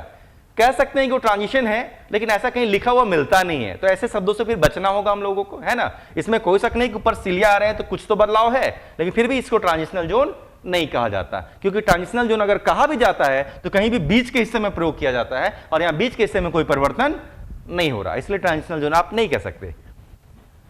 सर, सीलिया कब फॉर्म होता टॉप सेल्स में? बिल्कुल, सीलिया कब फॉर्म्स होता है? रिपेयरिंग इन सेल्स की जो रिपेयरिंग होती है ना बहुत तेजी से होती है। जैसे मान लेते हैं कि लैरिंग्स और सॉफ्ट पैलेट में ये सबसे ऊपर के सेल्स हैं, प्रोटेक्शन इसका काम है। तो हो सकता है कि काफी गर्म भोजन जब हम लोगों ने निगलने की कोशिश की तो ये सीलिया की लेयर गल गई हो, लेकिन अब तो नीचे से नए सेल आएंगे और ये पुराने वाले सेल धीरे धीरे ऊपर चले जाएंगे और फिर उसमें सीलिया की नेचुरली फॉर्मेशन होती है, काफी तेजी से होती है। तो अगर ऊपर के सेल गायब हो जाएंगे तो ये जो सेकंड लास्ट सेल है, लास्ट सेल बन जाएंगे, लास्ट लेयर बनेंगे और उसमें सीलिया की फॉर्मेशन तेजी से हो जाती है। रिपेयरिंग बहुत तेजी से होती है इनकी, क्योंकि रिपेयरिंग होनी भी चाहिए, क्योंकि इनका बेसिक पर्पस क्या होता है? प्रोटेक्शन। और प्रोटेक्शन तभी दे सकते हैं जबकि ऊपर की सेल्स डैमेज हो और रिपेयरिंग भी काफी तेजी से हो, है ना। उम्मीद करते हैं कि आप मेरी डांट से बुरा नहीं मानेंगे किसी भी स्टूडेंट को। दरअसल मुझे जब कुछ बुरा लगता है तो मैं डांटता भी हूं, है ना, क्योंकि मैं आपको सिर्फ हम लोग का काम सिर्फ पढ़ाना ही नहीं होता, बल्कि आपको गाइड करना होता है, जिससे कि आपको एक सही रास्ते पर ला सकें।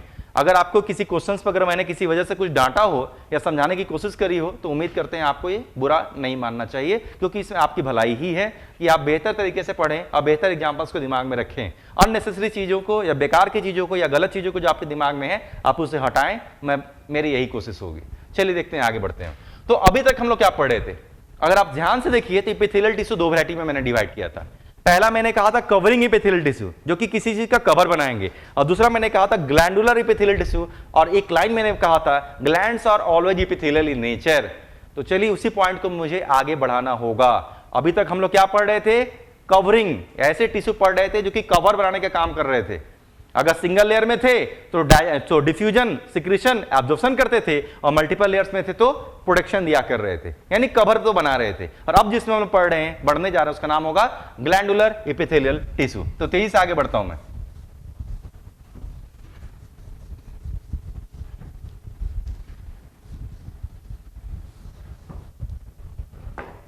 अगली हेडिंग है हमारी ग्लैंडुलर एपिथेलियल टिश्यू।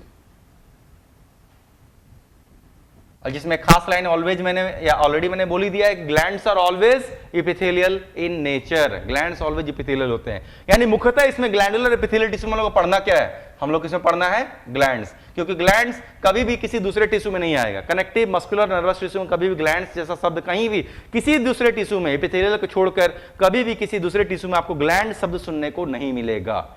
तो ग्लैंड्स आर ऑलवेज एपिथेलियल, और हम लोग पढ़ने जा रहे हैं ग्लैंड्स।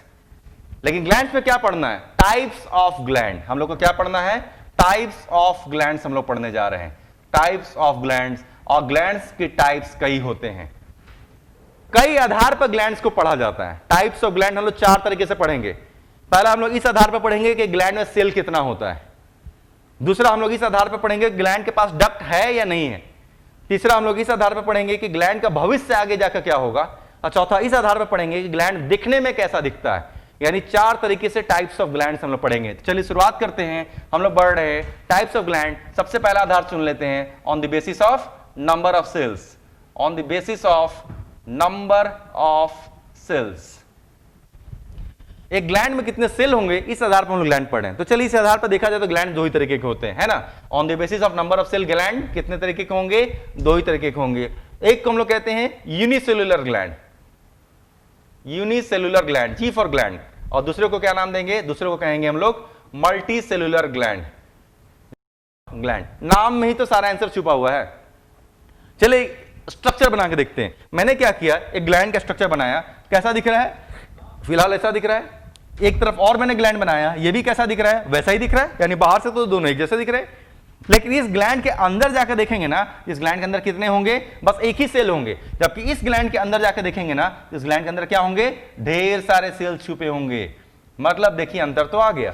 यानी बाहर से जरूर हो सकता है कि दो ग्लैंड हो, एक ही जैसे दिखें, लेकिन ऐसा पॉसिबल है तो उसके अंदर जाएंगे तो आपको एक ही सेल दिखे तो क्या कहेंगे, यूनिसेलुलर ग्लैंड। और उस ग्लैंड के अंदर जाकर देखेंगे कई सेल दिखेंगे तो नाम होगा मल्टी सेलुलर ग्लैंड। फिनिश्ड। सीधे एग्जांपल पर आते हैं। यूनिसेलुलर ग्लैंड के हमारे शरीर में बस 2 ही एग्जांपल है। चलिए पहले मैं नाम लिखता हूं फिर बात करता हूं। पहला होगा mucus secreting, mucus secreting goblet cells, goblet cells और म्यूकस नेक सेल, और म्यूकस नेक सेल। मैं एग्जांपल लिख रहा हूं फिर समझाता हूं आपको। और दूसरा होगा serous secreting, serous secreting serous cells, serous cells. देखिए पहले तो 2 नाम आपको समझा रहा हूं। म्यूकस क्या है, म्यूकस भी एक फ्लूइड होता है, और सीरस क्या है, सीरस भी एक फ्लूइड होता है। लेकिन दोनों में अंतर क्या होता है, लुब्रिकेशन का अंतर होता है। इमेजिन कीजिए कि हम लोग जब किसी फ्लूइड को टच करते हैं तो 2 तरीके की फीलिंग आ सकती है। कुछ फ्लूइड में लुब्रिकेशन होगा और कुछ फ्लूइड में बिल्कुल लुब्रिकेशन नहीं होगा, तो पानी जैसा महसूस होगा, वाटर। तो वैसे ही हमारे शरीर के अंदर भी सिक्रेशंस 2 वैरायटी के होते हैं। जिन फ्लूइड्स में आपको लुब्रिकेशन महसूस होगा, इस तरीके के फ्लूइड को कहते हैं हम लोग म्यूकस फ्लूइड। और वैसे फ्लूइड जो बिल्कुल पानी के समान होंगे, जिसमें लुब्रिकेशन महसूस नहीं होगा, वैसे फ्लूइड को हम लोग नाम कहते हैं सीरस फ्लूइड कहा करते हैं। यानी फ्लूइड्स 2 ही तरीके के हैं, म्यूकस या सीरस, लुब्रिकेशन के आधार पर। तो शरीर में जहां पर भी म्यूकस रिलीज होते हैं, यानी जहां पर लुब्रिकेटिंग फ्लूइड रिलीज होते हैं, तो वैसे सेल को क्या कहते हैं, वैसे सेल को हम लोग कहते हैं गॉबलेट सेल, या उसी को कहते हैं म्यूकस नेक सेल। वो भी सिंगल सेल वाले ही ग्लैंड होते हैं। और वैसे ही शरीर में जहां पर नॉन लुब्रिकेटिंग फ्लूइड मतलब सीरस फ्लूइड सीक्रेट होते हैं, वो जिस सेल से निकलते हैं उसको हम लोग क्या नाम देते हैं, सीरस सेल्स। वो भी ऐसे ही दिखते हैं। सिंपल है। यानी कि 2 ही तरीके के ग्लैंड आपको यूनिसेलुलर नजर आएंगे, एक म्यूकस सीक्रेट करने वाले गॉबलेट सेल, और गॉबलेट सेल का दूसरा नाम क्या है, म्यूकस नेक सेल, और एक सीरस फ्लूइड सीक्रेट करने वाले सीरस सेल्स आपको यूनिसेलुलर दिखेंगे। इसको छोड़ दें तो शरीर के जितने भी बाकी ग्लैंड्स हैं सभी मल्टीसेलुलर हैं। शरीर के सारे दूसरे ग्लैंड मल्टीसेलुलर हैं। कुछ भी जो नाम याद आता हो, स्किन में क्या है, स्वेट ग्लैंड, स्किन में क्या है, सीबेसियस ग्लैंड, यहां पर क्या है, लैक्राइमल ग्लैंड, अंदर में क्या है, लीवर, अंदर में क्या है, पैनक्रियाज, सारे के सारे क्या हैं, जितने नाम आपको शरीर में बच गए, रेस्ट ऑफ ऑल सारे ग्लैंड्स मल्टीसेलुलर हैं। मैं यहां पर सीधा लिख देता हूं रेस्ट ऑफ ऑल, जो नाम याद आता हो वो सारे के सारे मल्टीसेलुलर ग्लैंड्स हैं। फिनिश्ड हो गया। तो अभी तक हम लोग पढ़ रहे थे types of gland on the basis of number of cell, उसमें एक सेल होगा या कई सारे सेल होंगे, इस आधार पर मैंने यहां पर नामकरण किया। अब चलिए दूसरे तरीके से पढ़ते हैं। अब हम लोग पढ़ने वाले हैं on the basis of presence और एब्सेंस ऑफ डक्ट, यानी ग्लैंड के पास डक्ट है या नहीं है। तो मैं यहां चेंज करता हूं, ऑन द बेसिस ऑफ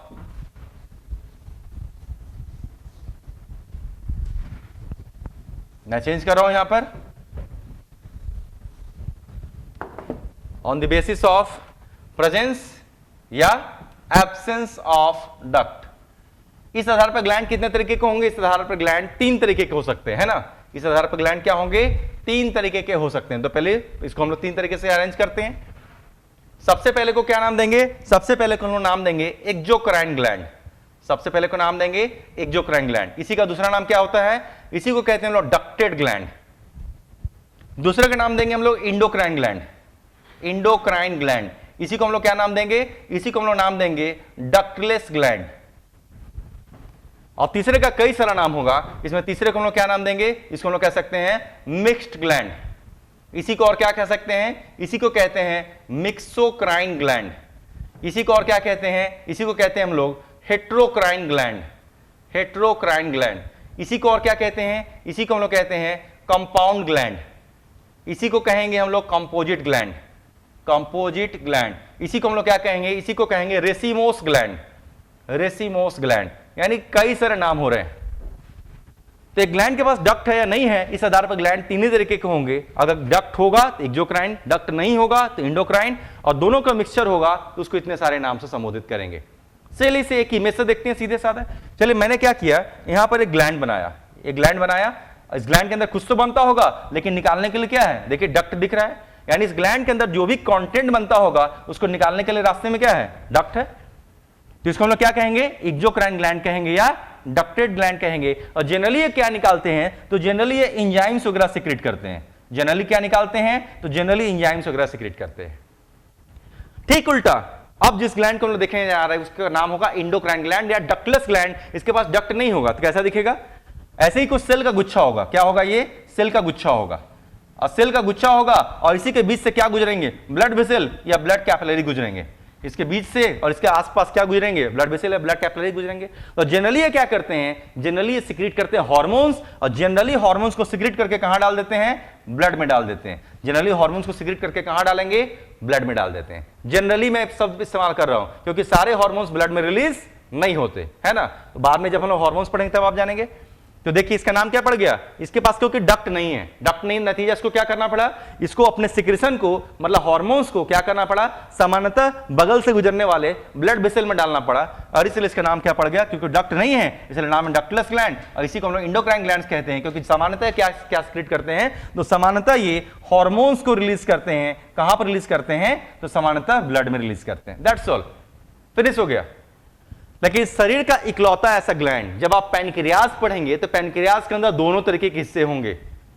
जब आगे देखेंगे एक समय हम लोग पैनक्रियाज पढ़ने का स्ट्रक्चर जब उसका पढ़ते हुए नजर आएंगे तो आप पढ़ेंगे तब आप खुद देखेंगे उसके अंदर डक्ट वाले पोर्शन भी होंगे। उसको हम लोग एसिनस नाम दिया करेंगे, जो कि पैनक्रियाटिक जूस सीक्रेट करेंगे। और उसके अंदर आइलेट्स ऑफ लैंगरहैंस जैसा भी कुछ खासा स्ट्रक्चर होगा, जो कि ग्लूकागॉन, इंसुलिन जैसे हार्मोन्स को सीक्रेट किया करेगा। मतलब शरीर का इकलौता ग्लैंड, उसका नाम क्या है? उसके ग्लैंड का नाम होगा पैनक्रियाज। शरीर का इकलौता ग्लैंड, उस ग्लैंड का नाम क्या होगा? पैनक्रियाज। वो दोनों का मिक्सचर होगा, इसलिए क्या नाम देंगे? मिक्स्ड ग्लैंड कहेंगे।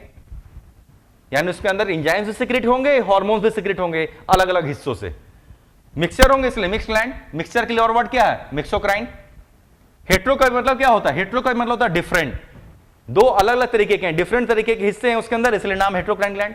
ओबेसियसली अगर दोनों के मिक्सचर हैं, हेट्रोक्राइन है, इसमें एक्सोक्राइन इंडोक्राइन दोनों पोर्शन है, काफी कॉम्प्लिकेटेड स्ट्रक्चर होता होगा। और कॉम्प्लिकेटेड स्ट्रक्चर होने की वजह से उसका नाम क्या पड़ा? कंपाउंड ग्लैंड या कंपोजिट ग्लैंड। देखिए दोनों के नाम में क्या है? कॉम्प है, कॉम्प मतलब कॉम्प्लिकेटेड। और इसको हम लोग रेसिमोस ग्लैंड भी कहते हैं पैनक्रियाज को। क्यों? क्योंकि रेसिमोस, बोटनी में आप देखेंगे आगे जाके जब आप इन्फ्लोरेसेंस पढ़ेंगे तो एक नाम आएगा रेसिमोस इन्फ्लोरेसेंस। अंगूर के गुच्छे को रेसिमोस इन्फ्लोरेसेंस कहा जाता है, क्योंकि पैनक्रियाज का स्ट्रक्चर अंगूर के गुच्छे जैसा दिखता है, इसलिए इसको रेसिमोस ग्लैंड भी कहते हैं। तो मिक्स्ड ग्लैंड का एग्जांपल क्या होगा? पैनक्रियाज। एक्सोक्राइन ग्लैंड का क्या एग्जांपल होगा? कोई भी हो सकता है, सबके पास तो डक्ट है। स्वेट ग्लैंड डक्ट होगा, सीबेसियस ग्लैंड डक्ट होगा, लैक्राइमल ग्लैंड डक्ट होगा, लीवर के पास डक्ट होगा, ब्रूनर्स ग्लैंड डक्ट होगा, गैस्ट्रिक ग्लैंड डक्ट होगा, crypts of liver cone duct होगा। ढेर सारे आगे आप देखेंगे, ढेर सारे नाम आते ही चले जाएंगे। इंडोक्राइन ग्लैंड में जितने भी हार्मोन्स निकालने वाले ग्लैंड आप उसको याद कर सकते हैं। थायराइड है, पाराथायराइड है, थाइमस है, एडिनल ग्लैंड है, ये सारे के सारे क्या हैं? एंडोक्राइन में हार्मोन्स निकालते हैं। तो सारे एग्जांपल्स यहां पर आ जाएंगे। अब मिक्स ग्लैंड तो ऑलरेडी मैंने बता ही दिया, पैनक्रियास। तो अभी तक हम लोग पढ़ रहे थे टाइप्स ऑफ ग्लैंड, किस आधार पर कि ग्लैंड के पास डक्ट है या डक्ट नहीं है या दोनों का मिक्सचर था। चलिए अब तीसरे आधार पर पढ़ते हैं, on the basis of fate of gland. Gland का भविष्य क्या है, चलिए देखते हैं fate of gland. On the basis of fate of gland, gland फिर से तीन तरीके के होंगे।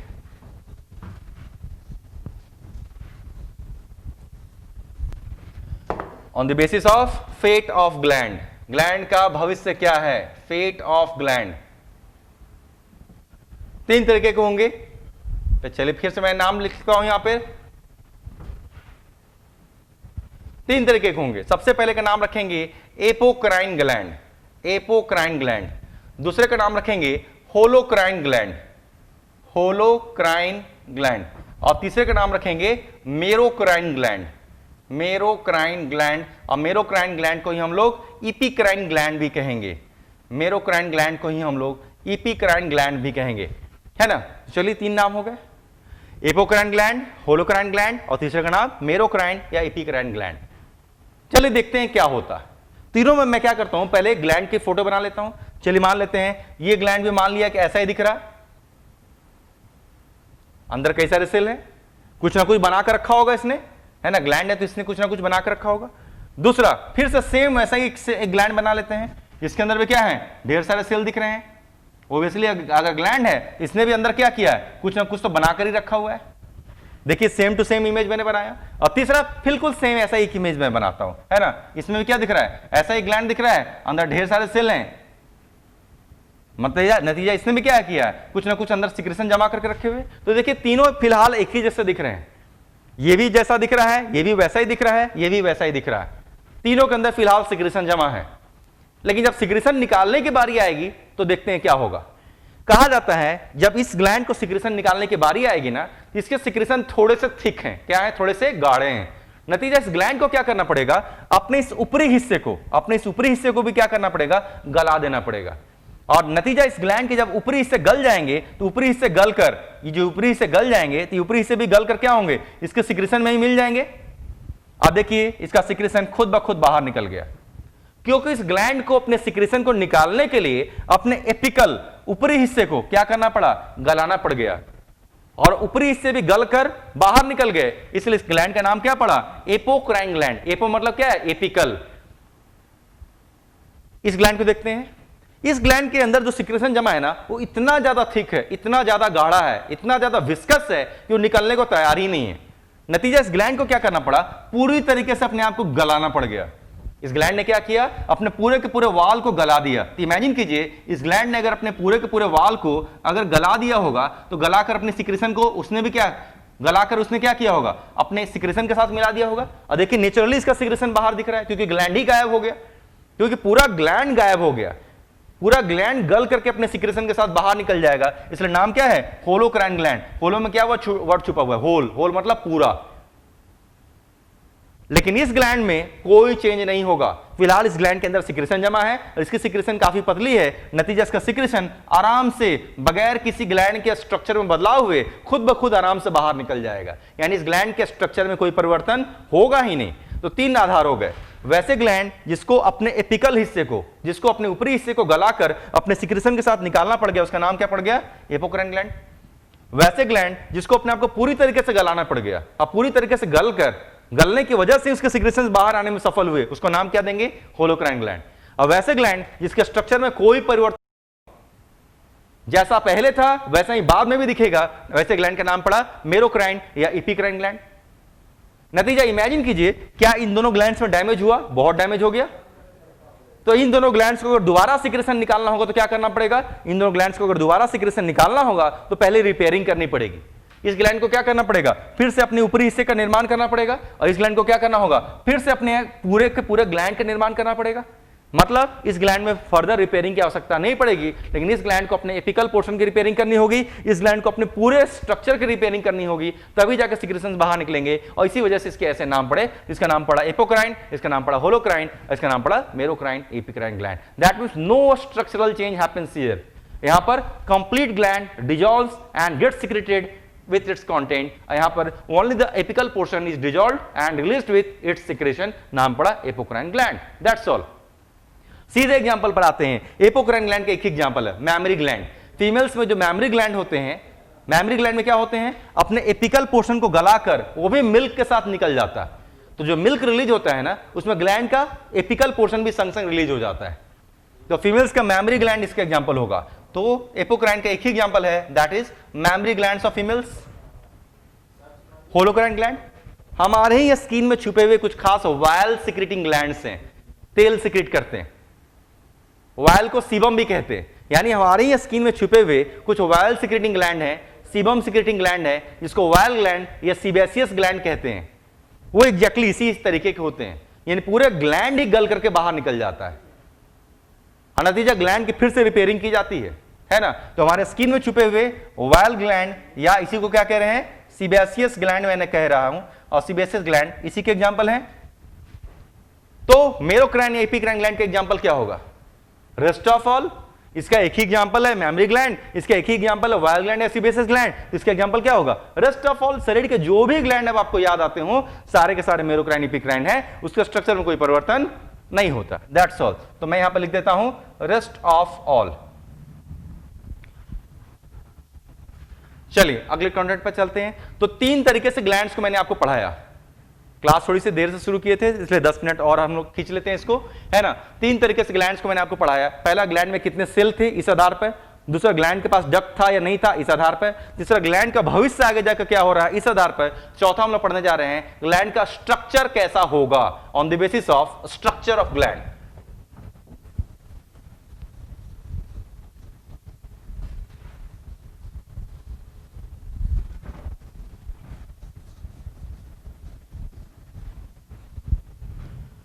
तो चलिए फिर से हम लगा रहे हैं टाइप्स ऑफ ग्लैंड्स में आपको पढ़ा रहा हूं. टाइप्स ऑफ ग्लैंड किस आधार पर पढ़ रहे हैं हम लोग, on the basis of structure. On the basis of structure यानी ग्लैंड देखने पे कैसा दिखता है, इस आधार पर हम लोग पढ़ने जा रहे हैं. इस आधार पर ग्लैंड्स क्या होंगे. चलिए पहले मैं इसको चार्ट बनाता हूं. ये थोड़ा सा बड़ा है ना, थोड़ा सा बड़ा है. इस आधार पर ग्लैंड्स को पहले मैं क्या करता हूं, 3 तरीके से यहां पर पहले अरेंज करता हूं.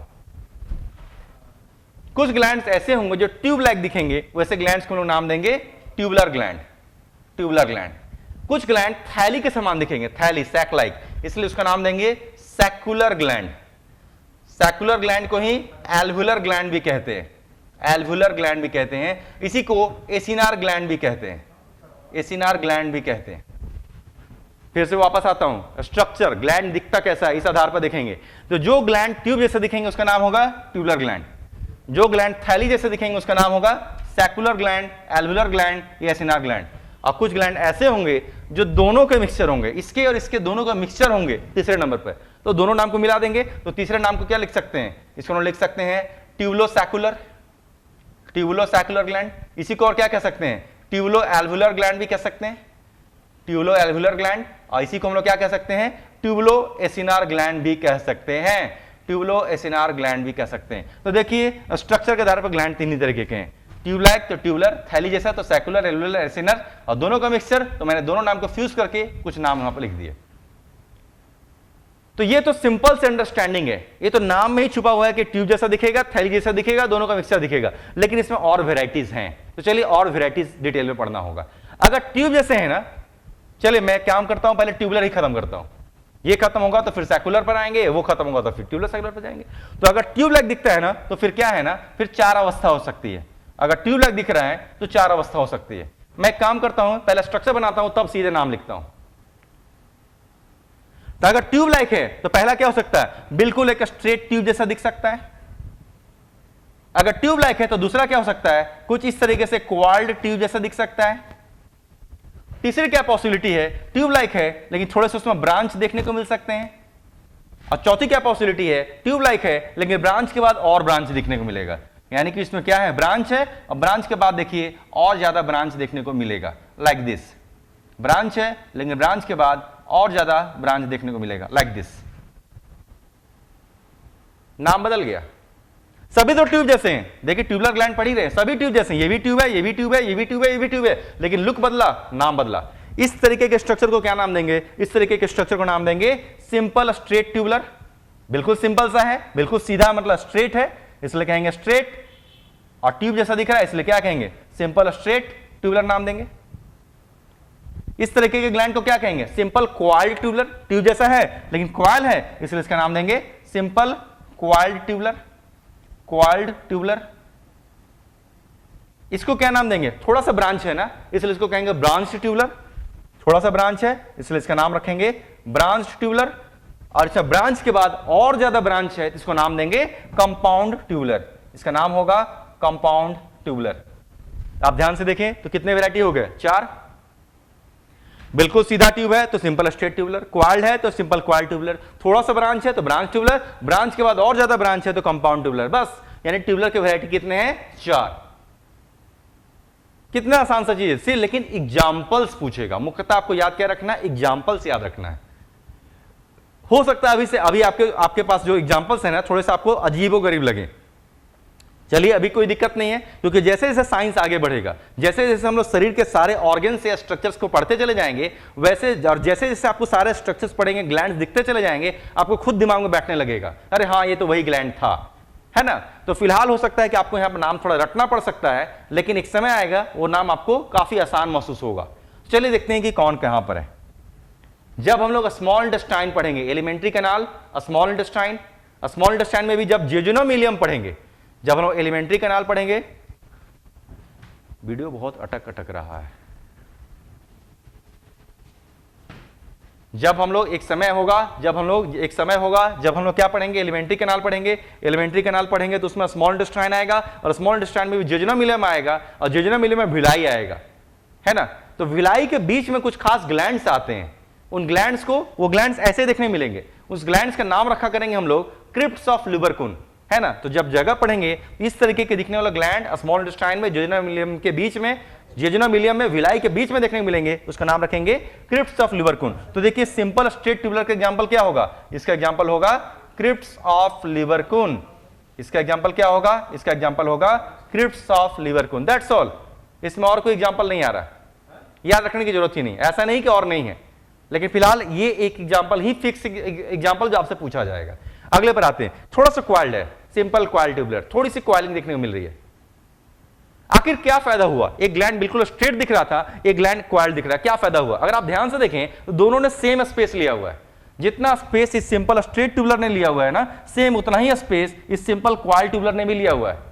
लेकिन अंतर क्या है, लेकिन इसके अंदर देखिए काफी क्वाइलिंग होने की वजह से नंबर ऑफ सेल ज्यादा होंगे, और नंबर ऑफ सेल ज्यादा होगा, ज्यादा सिक्रेशन करेगा। हमारे स्किन में जो स्वेट ग्लैंड्स है, जिससे पसीना निकलता है ना, वो स्वेट ग्लैंड ऐसे ही दिखते हैं। तो इसका एक ही एग्जांपल लिख सकते हैं, sweat glands of our skin. तो मैं लिख रहा हूं sweat glands of our skin, लेकिन स्वेट ग्लैंड को स्यूडोरीफेरस ग्लैंड भी कहते हैं। स्वेट ग्लैंड का एक और तकनीकी नाम है, तो दोनों नाम आपको दिमाग में रखना होगा। तो इस तरीके ग्लैंड का नाम क्या रखेंगे, तो इसको लिख सकते हैं स्वेट ग्लैंड, या क्या कह सकते हैं, स्यूडोरीफेरस ग्लैंड। इसी को स्यूडोरीफेरस ग्लैंड ऑफ स्किन भी कह सकते हैं। तो इसके दो एग्जांपल हम लोग दिख रहे हैं, पूरे स्किन में है। अब आते हैं ब्रांच ट्यूबुलर। ऑब्वियसली देखिए, अगर आपको ब्रांच दिख रहा है यानी और ज्यादा सिक्रेशन करेगा, कुछ ज्यादा ही बड़ा स्ट्रक्चर दिख रहा है, ब्रांच है। हमारे एक्जिला के जो स्वेट ग्लैंड्स होते हैं ना, एक्जिला में अगर आप देखते हो तो यहां पसीना कुछ ज्यादा ही आता है। तो एक्जिला के जो स्वेट ग्लैंड्स होते हैं ना, ज्यादा निकालते हैं, ज्यादा सिक्रेट करते हैं। क्यों, क्योंकि वो ब्रांच वैरायटी के हैं। तो ब्रांच ट्यूबुलर के एग्जांपल क्या लिख सकते हैं, जो स्किन के जो स्वेट ग्लैंड्स हैं वो तो क्वाइल्ड में आ गए, लेकिन एक्जिला के जो स्वेट ग्लैंड्स हैं ना, वो कहां चले जाएंगे, ब्रांच में आ जाएंगे, क्योंकि ज्यादा सिक्रेशन है। तो यहां पे क्या लिख सकते हैं, sweat glands of axilla, sweat glands of axilla, एक लिख सकते हैं। क्या ये और एग्जांपल है ना। हमारे स्टमक के अंदर गैस्ट्रिक ग्लैंड, हमारे स्टमक के अंदर क्या है, हमारे स्टमक के अंदर है गैस्ट्रिक ग्लैंड।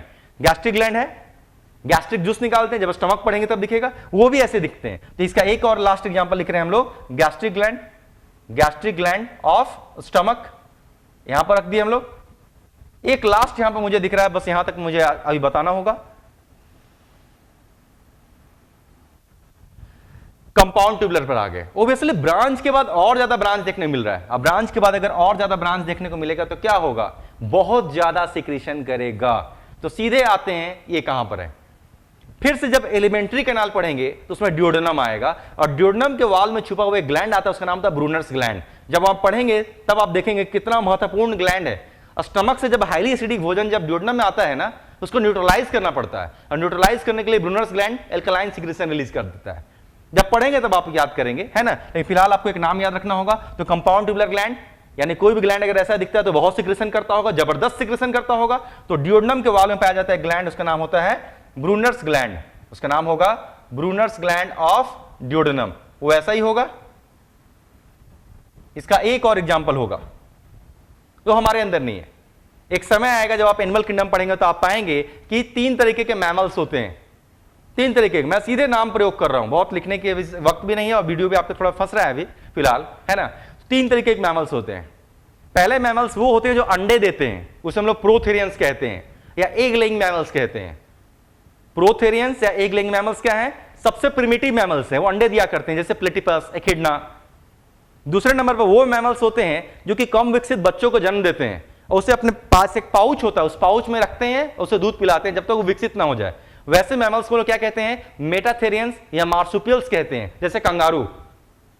और तीसरे मैमल्स को लोग कहते हैं ट्रू मैमल्स। ट्रू मैमल्स मतलब यूथेरियंस। यूथेरियंस मतलब प्लेसेंटल मैमल्स, वैसे एनिमल जो कि अपने मदर से प्लेसेंटा से कनेक्टेड रहते हैं, जैसे कि खुद हम लोग। तो मैमल्स 3 तरीके के होते हैं। अंडे देने वाले मैमल्स प्रोथेरियंस, एग लेइंग मैमल्स जैसे एकिडना, प्लेटिपस। पाउच वाले मैमल्स उसको हम लोग मेटाथेरियंस से मार्सुपियल्स कहते हैं, जैसे कंगारू।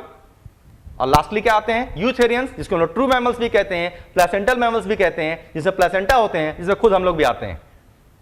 तो तीनों मैमल्स है ना। तो मैमल्स की सबसे बड़ी पहचान क्या होती है? Mammary gland. एनिमल जिनके पास मैमरी ग्लैंड होगा तभी आप उसको मैमल कहते हैं। तो प्रोथेरियंस के पास भी मैमरी ग्लैंड है, मेटाथेरियंस के पास भी मैमरी ग्लैंड है, और यूथेरियंस के पास भी मैमरी ग्लैंड है। तो कहा जाता है कि जो प्रोथेरियंस, जो अंडे देने वाले जो मैमल्स हैं, जिसको हम लोग प्रोथेरियंस कह रहे हैं, उनके जो मैमरी ग्लैंड होते हैं वो इसी वैरायटी के होते हैं, है ना। तो इसका एक और एग्जांपल मैं लिख देता हूं, mammary glands of prototherians. Mammary glands of prototherians. Mammary glands of prototherians. Pro मतलब प्रोथेरियंस, प्रोथेरियंस मतलब एग लेइंग मैमल्स, अंडे देने वाले मैमल्स। और इसी को और क्या कहते हैं? इसी को प्रिमिटिव मैमल्स भी कहते हैं। प्रो का मतलब क्या होता है? प्रिमिटिव, प्राथमिक, शुरुआती, है ना। जिसको हम लोग प्रिमिटिव मैमल्स भी कहा करते हैं। तो जो प्रोथेरियंस हैं, अंडे देने वाले मैमल्स हैं, एग लेइंग मैमल्स हैं, उनके मैमरी ग्लैंड्स ऐसे ही दिखते हैं। तो किसके मैमरी ग्लैंड फिलहाल एग्जांपल में मैंने नहीं लिखे। मैंने मेटाथेरियंस की मैमरी ग्लैंड और यूथेरियंस की मैमरी ग्लैंड देखिए, कहीं भी एग्जांपल नहीं दिख रहा है। वो आएगा, बाद में आएगा। कहां पर आएगा? सेकुलर वैरायटी में कहीं ना कहीं दिखेगा। तो आज हम लोग क्या खत्म कर रहे थे? आज हम लोग ट्यूब वाले दिखने, ट्यूब जैसे दिखने वाले ग्लैंड को समाप्त कर रहे थे, इसके इतने सारे एग्जांपल्स हैं। तो अगले दिन, समय की कमी है, समय की कमी की वजह से कुछ छोड़ना होगा। अगले दिन हम लोग सेकुलर, एल्वुलर पढ़ेंगे, उसके बाद ट्यूबुलो सेकुलर पढ़ेंगे, और फिर कनेक्टेड टिश्यू में हम लोग इंटर कर जाएंगे। ये भी थ्योरी आपका समाप्त हो जाएगा। So thank you to all of you. अगर कोई क्वेश्चन होगा तो जरूर पूछिए।